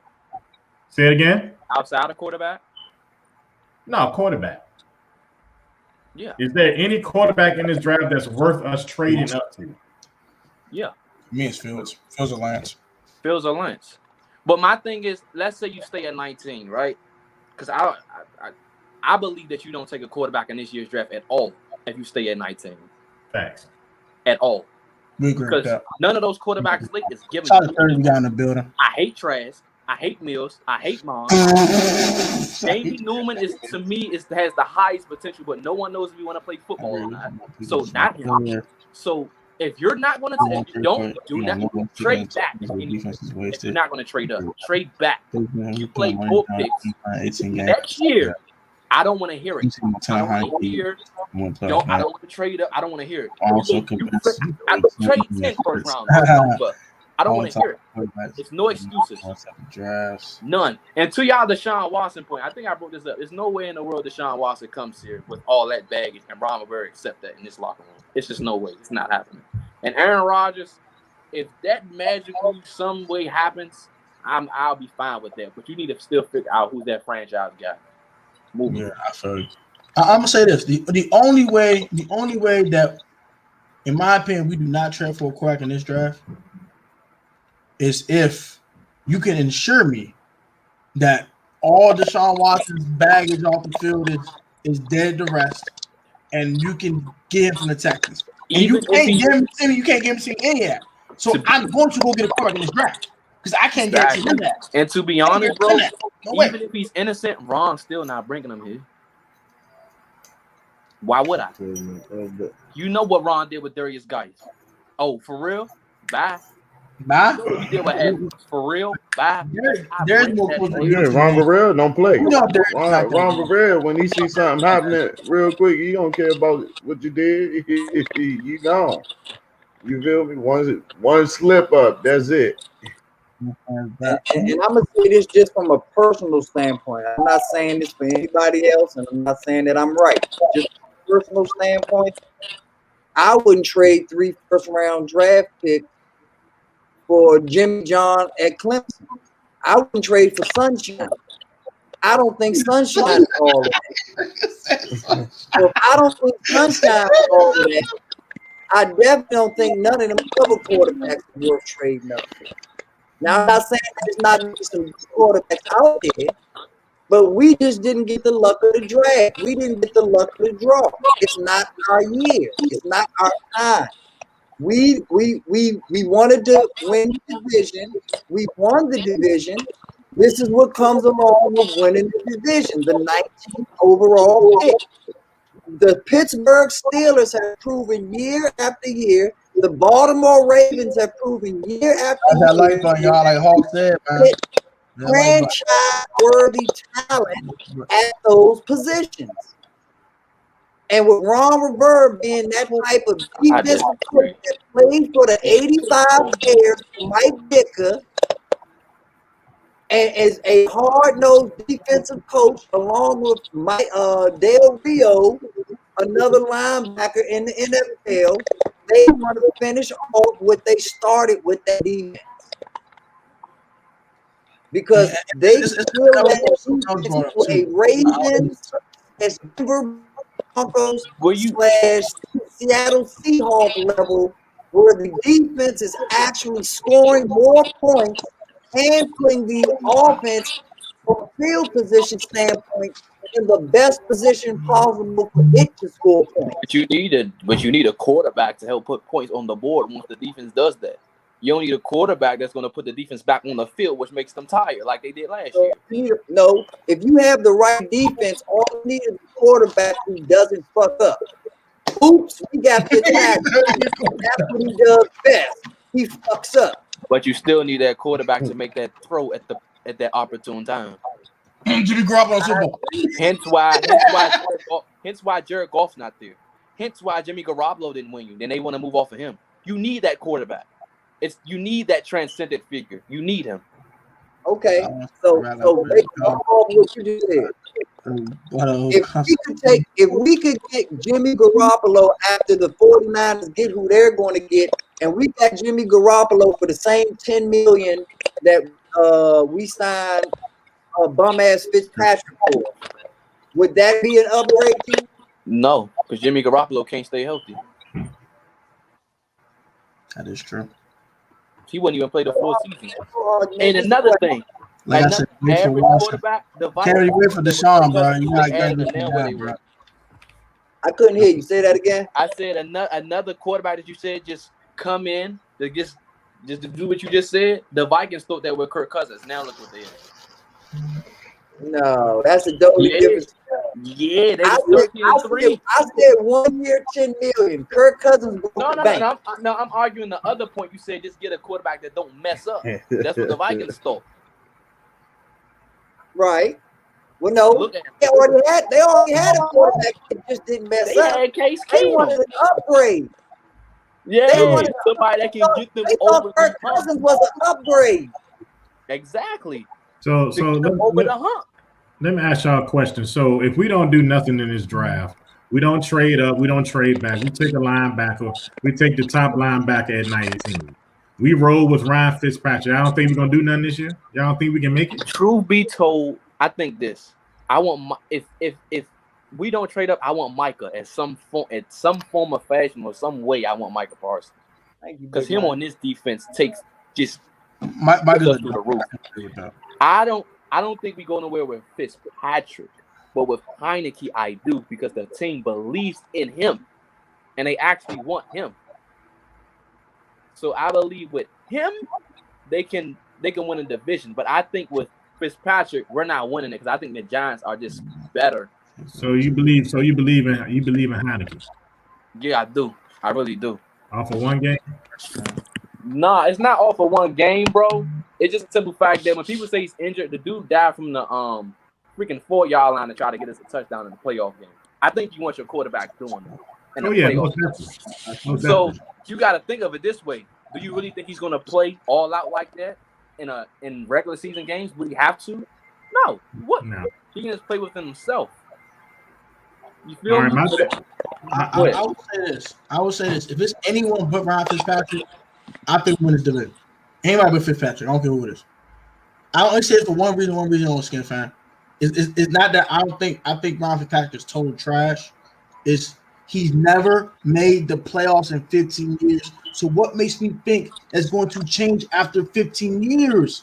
He's been in the league 15 years, my guy. He put our defense in the best 15 years. Did he ever have a defense like this back in him? I hate that argument. Bro. I hate that argument. That is a bullshit ass argument. Because I'm making a point. Defense does not help the quarterback. Go ahead. Go ahead. The defense cannot make Fitzpatrick a better quarterback. Go ahead. Who cares how good the defense is? Y'all ain't letting me Y'all attack that thing. Y'all attack that thing so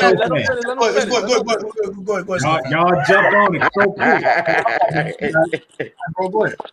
quick. Yeah, damn. I love y'all passion. Y'all passion like that. But like I said, have you ever had a defense like this? Okay. Before y'all jumped in, I was about to say, have you ever had an offense like this as well? Have you ever been around an organization, a coach like this as well? Y'all got to realize the past 2 years, Ryan Fitzpatrick didn't look bad at all, guys. I got to count on that. Ryan Fitzpatrick never looked bad until you expect something from him. When he's playing with nothing on line, Ryan Fitzpatrick looks like Aaron Rodgers. But the moment you expect something from him, he's going to fail. And the problem I have with him, he's going to turn the ball over. And he's going to put our defense in harm's way. And that was our problem last year. We kept putting our defense out there over and over and over and over. Granted, they saved us for the most part, but in the end, they got burnt out because the offense can't do nothing. Fitzpatrick, that's why, like I agree with B9. If this is going to work and we can go to the playoffs and win some games, Antonio Gibson will have to be a workhorse. Okay, so what's the difference? What's the difference between Alex Smith, playing dink and dunk, and we going 3 and out so quick, we giving the ball back to the defense get back on the field, compared to him throwing picks and bringing the defense back on the field as well. What's the difference? I mean, at 3 and out, I can punt. Turnover is different though. You might as well say 3 and out. You might as well say 3 and out, but turnover as well. No. 3 and out means punt. With Fitzpatrick, it is going to be 2 turnover. Pick 6. Guys, do y'all realize? Like 3 and out. You looking the other way. They're gonna get the ball in the fellas. Did y'all realize we couldn't score in the first half all year?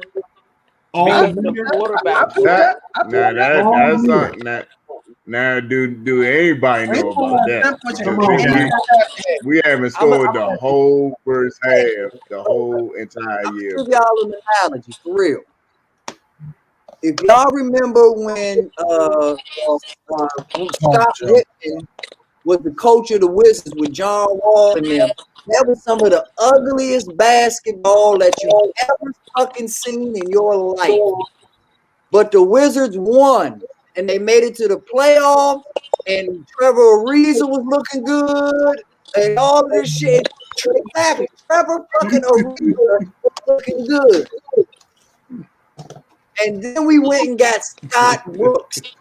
Ever since we got Scott Brooks, we've been putting up 150 points a game. Unfortunately, we give up 130 every other fucking game. That is Fitzpatrick. Fitzpatrick is going to give you more points, going to be more excited. Oh man! Stuff that he gives up, you're going to lose more than you win. I think Fitzpatrick pushed the ball downfield, but with Antonio Gibson and JD and Curtis and Logan, take what's underneath, please. Put the ball in their hands and let them go to work, not you. I do that. I don't know, man. I don't know. But my thing is, you can't change who you are. He's been doing this for 17 years, so I doubt he can change that now. I don't know. I don't know if Ryan Fitzpatrick had 2 or even 3 4-3 runners, 4-3 receivers. That's fine, but he just makes too many mistakes, bro. He just makes Let's cut to the real. Let's cut to the real. This is what this is what I feel like though. This is what I feel like. I feel like if we can get like 3 extra games winnable out of Fitzpatrick, that's the key. Can we get actually 10 to 11 games? I think we can win this division on that. That's the key. We were 7-9, and but easily if we can get at least 3 to 4 wins, we could have did that. Thank you, Paul. Randy. Y'all gotta realize as well. Ryan Fitzpatrick compared to Alex Smith, Ryan Fitzpatrick throw more touchdowns. I'm not talking about the picks. That's fair. He throw more touchdowns. So I'm just saying we might maybe can score maybe 24 points a game. We should get we should be in there, But 24 points a game. Hey, Skins fan, that's like me saying, man, Oprah got some big titties and a fat ass. I'm not talking about her gut. So how am I not gonna look at her gut and only see her ass and her titties? I see I wanted that to watch. Part of it and not look at the whole thing. This is what he is. This is a quarterback who lost his job to Jameis Winston. We gotta look at it. He's not like he's coming in as the starter. That doesn't necessarily mean he wins the competition. And this is hold on, and don't get me wrong. I'm not even hating on Fitzpatrick. I'm hating on the money and the position that we gave Fitzpatrick. A real NFL organization with $10 million could have signed Fitzpatrick, Kobe Brissett, Tyrod Taylor for the same $10 million. All 3 of them for the same $10 million. And Kaepernick. And Colin Kaepernick. We could have brought in 4 quarterbacks to battle with the other 2 that we already had for that same $10 million. That's my whole argument. I don't care. Fitzpatrick is one of the better backups in the league. If he was just a backup, I'd be like, hell yeah. He was only Kyle Allen. I'd be like, hell yeah, good signing. We got a competent backup. But a star, and he's getting double-digit millions? That's racism. Y'all are watching that cracker money laundering happening right before your eyes. Dan Snyder is funding drug money to another Harvard white guy. Right I want to say Dan. Let's not put that on Dan. This was Ron. This is Ron. Ron wanted him. Ron's playing. Ron's playing. Hey, like I said, all that sounds nice, and I got certain people on this panel as business owners. We can give you the title and say you got all the power that you want, but when it comes to signing checks, sending out money, the buck only begins and stops at one place. I don't give a fuck what your title is. That's fair. That's fair. Hell no. I'm not gonna refute that, but nigga, if they say, if Ron say this what I'm giving this nigga, that nigga sign a check. What are you gonna say? Don't give Fitzpatrick $10 million? He could, but if I put it like this, if it was a real he'd have been like, would you try to give him $3 million first? Okay, I'm glad that he wants to play with Ford, Ron, but did we try to give him 2.5? I mean, why are we jumping in with that? But if you think about it, a real businessman, Jared, would say, show me the contract of another team. But what if now fans saying, oh, he jumped in again. Ron jumped in again. I mean, Dan jumped in again. You got that on you. So now what? I would be like, great, Dan. Thank you for jumping in. But you got some fans that love this deal. I hate it. But some fans, those fan base gonna be like, Dan jumping in again. Dan jumping in again.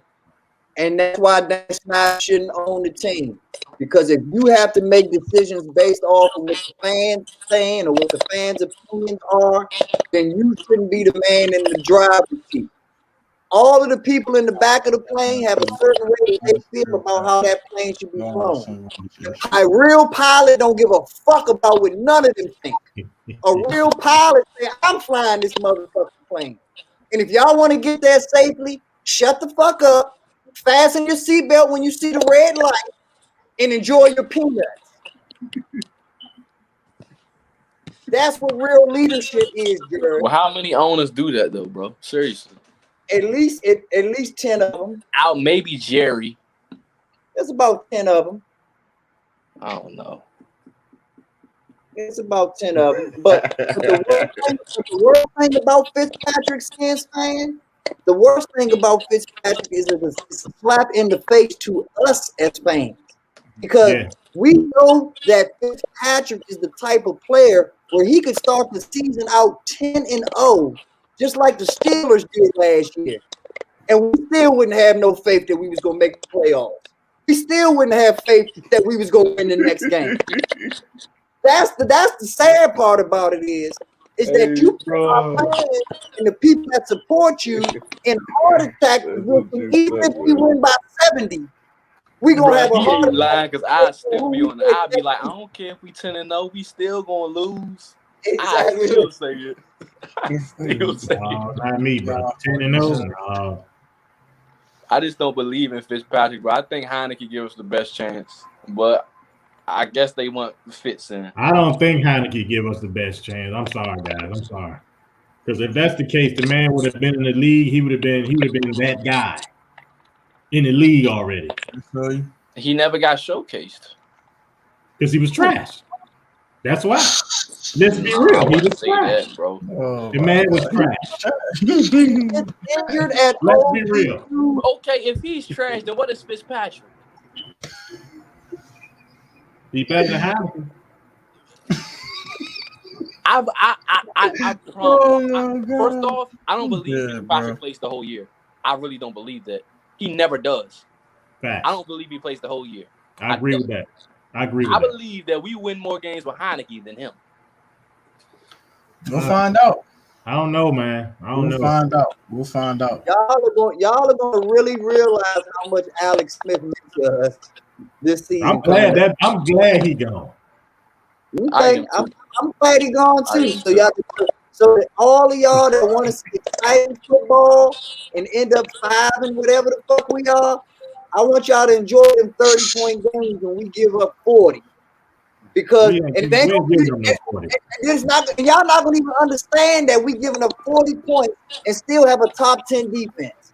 It's because that damn quarterback is going to throw for 70 points. 30 of them going to be for us, and 40 going to be for the other damn team. We ain't giving it a 40 points. Y'all funny, but hey, y'all, man. I'm probably gonna wrap it up here, y'all. I thank all y'all for coming, man. I thank all y'all for pulling up. Very appreciate it, No man. doubt, Protect. Thank y'all for watching in the chat. Appreciate y'all. Shout out to B9. Shout out to Skins fan. Shout out to Big Simple. Shout out to Jairus. Hey, I don't know, Protect. I don't know if you joining or not. You told me you were, but me and Tim, we going live during the draft. So y'all, I'm gonna pull up. I'm gonna pull up on y'all. I got you. Right.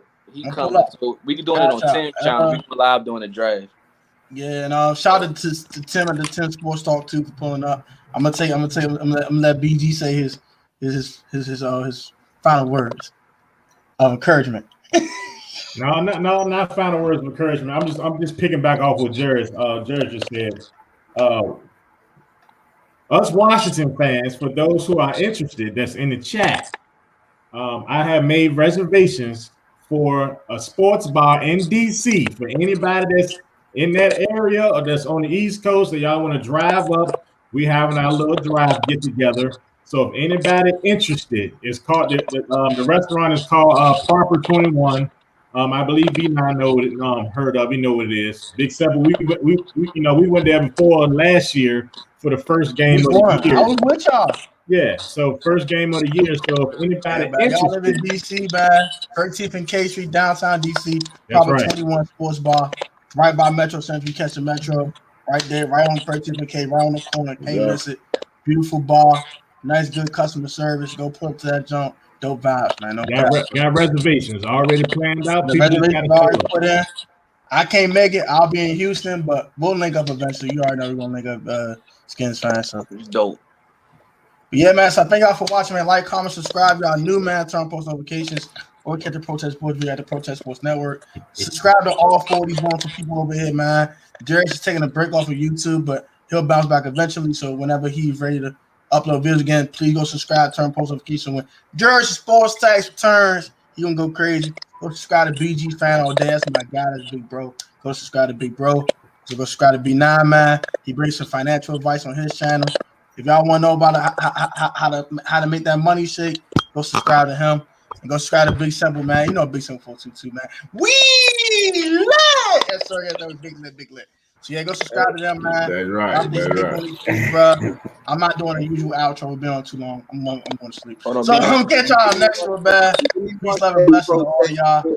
Stay safe. I just want to say real quick, I'm a Southern boy, so I would be remiss if I didn't say thank you for inviting me on your channel. That's like almost inviting me. So I definitely want to say thank you for inviting me out. And Jared, it was a pleasure meeting you. My man, Big Simple Skins fan. We always chat. But to my new friends and my new fellas, I just want to say thank you humbly for inviting me. I've enjoyed y'all in the background. Y'all are excellent. I hope that y'all continue doing what y'all do. Y'all are the young bright stars of this local game. And I'm expecting big things from y'all. So God bless you. Thanks for having an old geezer on for a second. Appreciate you. No problem, man. I'll catch y'all next one. Y'all stay safe on these streets, bro. Right. Comment your thoughts on the playback, and we Have out, a blessed one, y'all. Peace out, man. See y'all.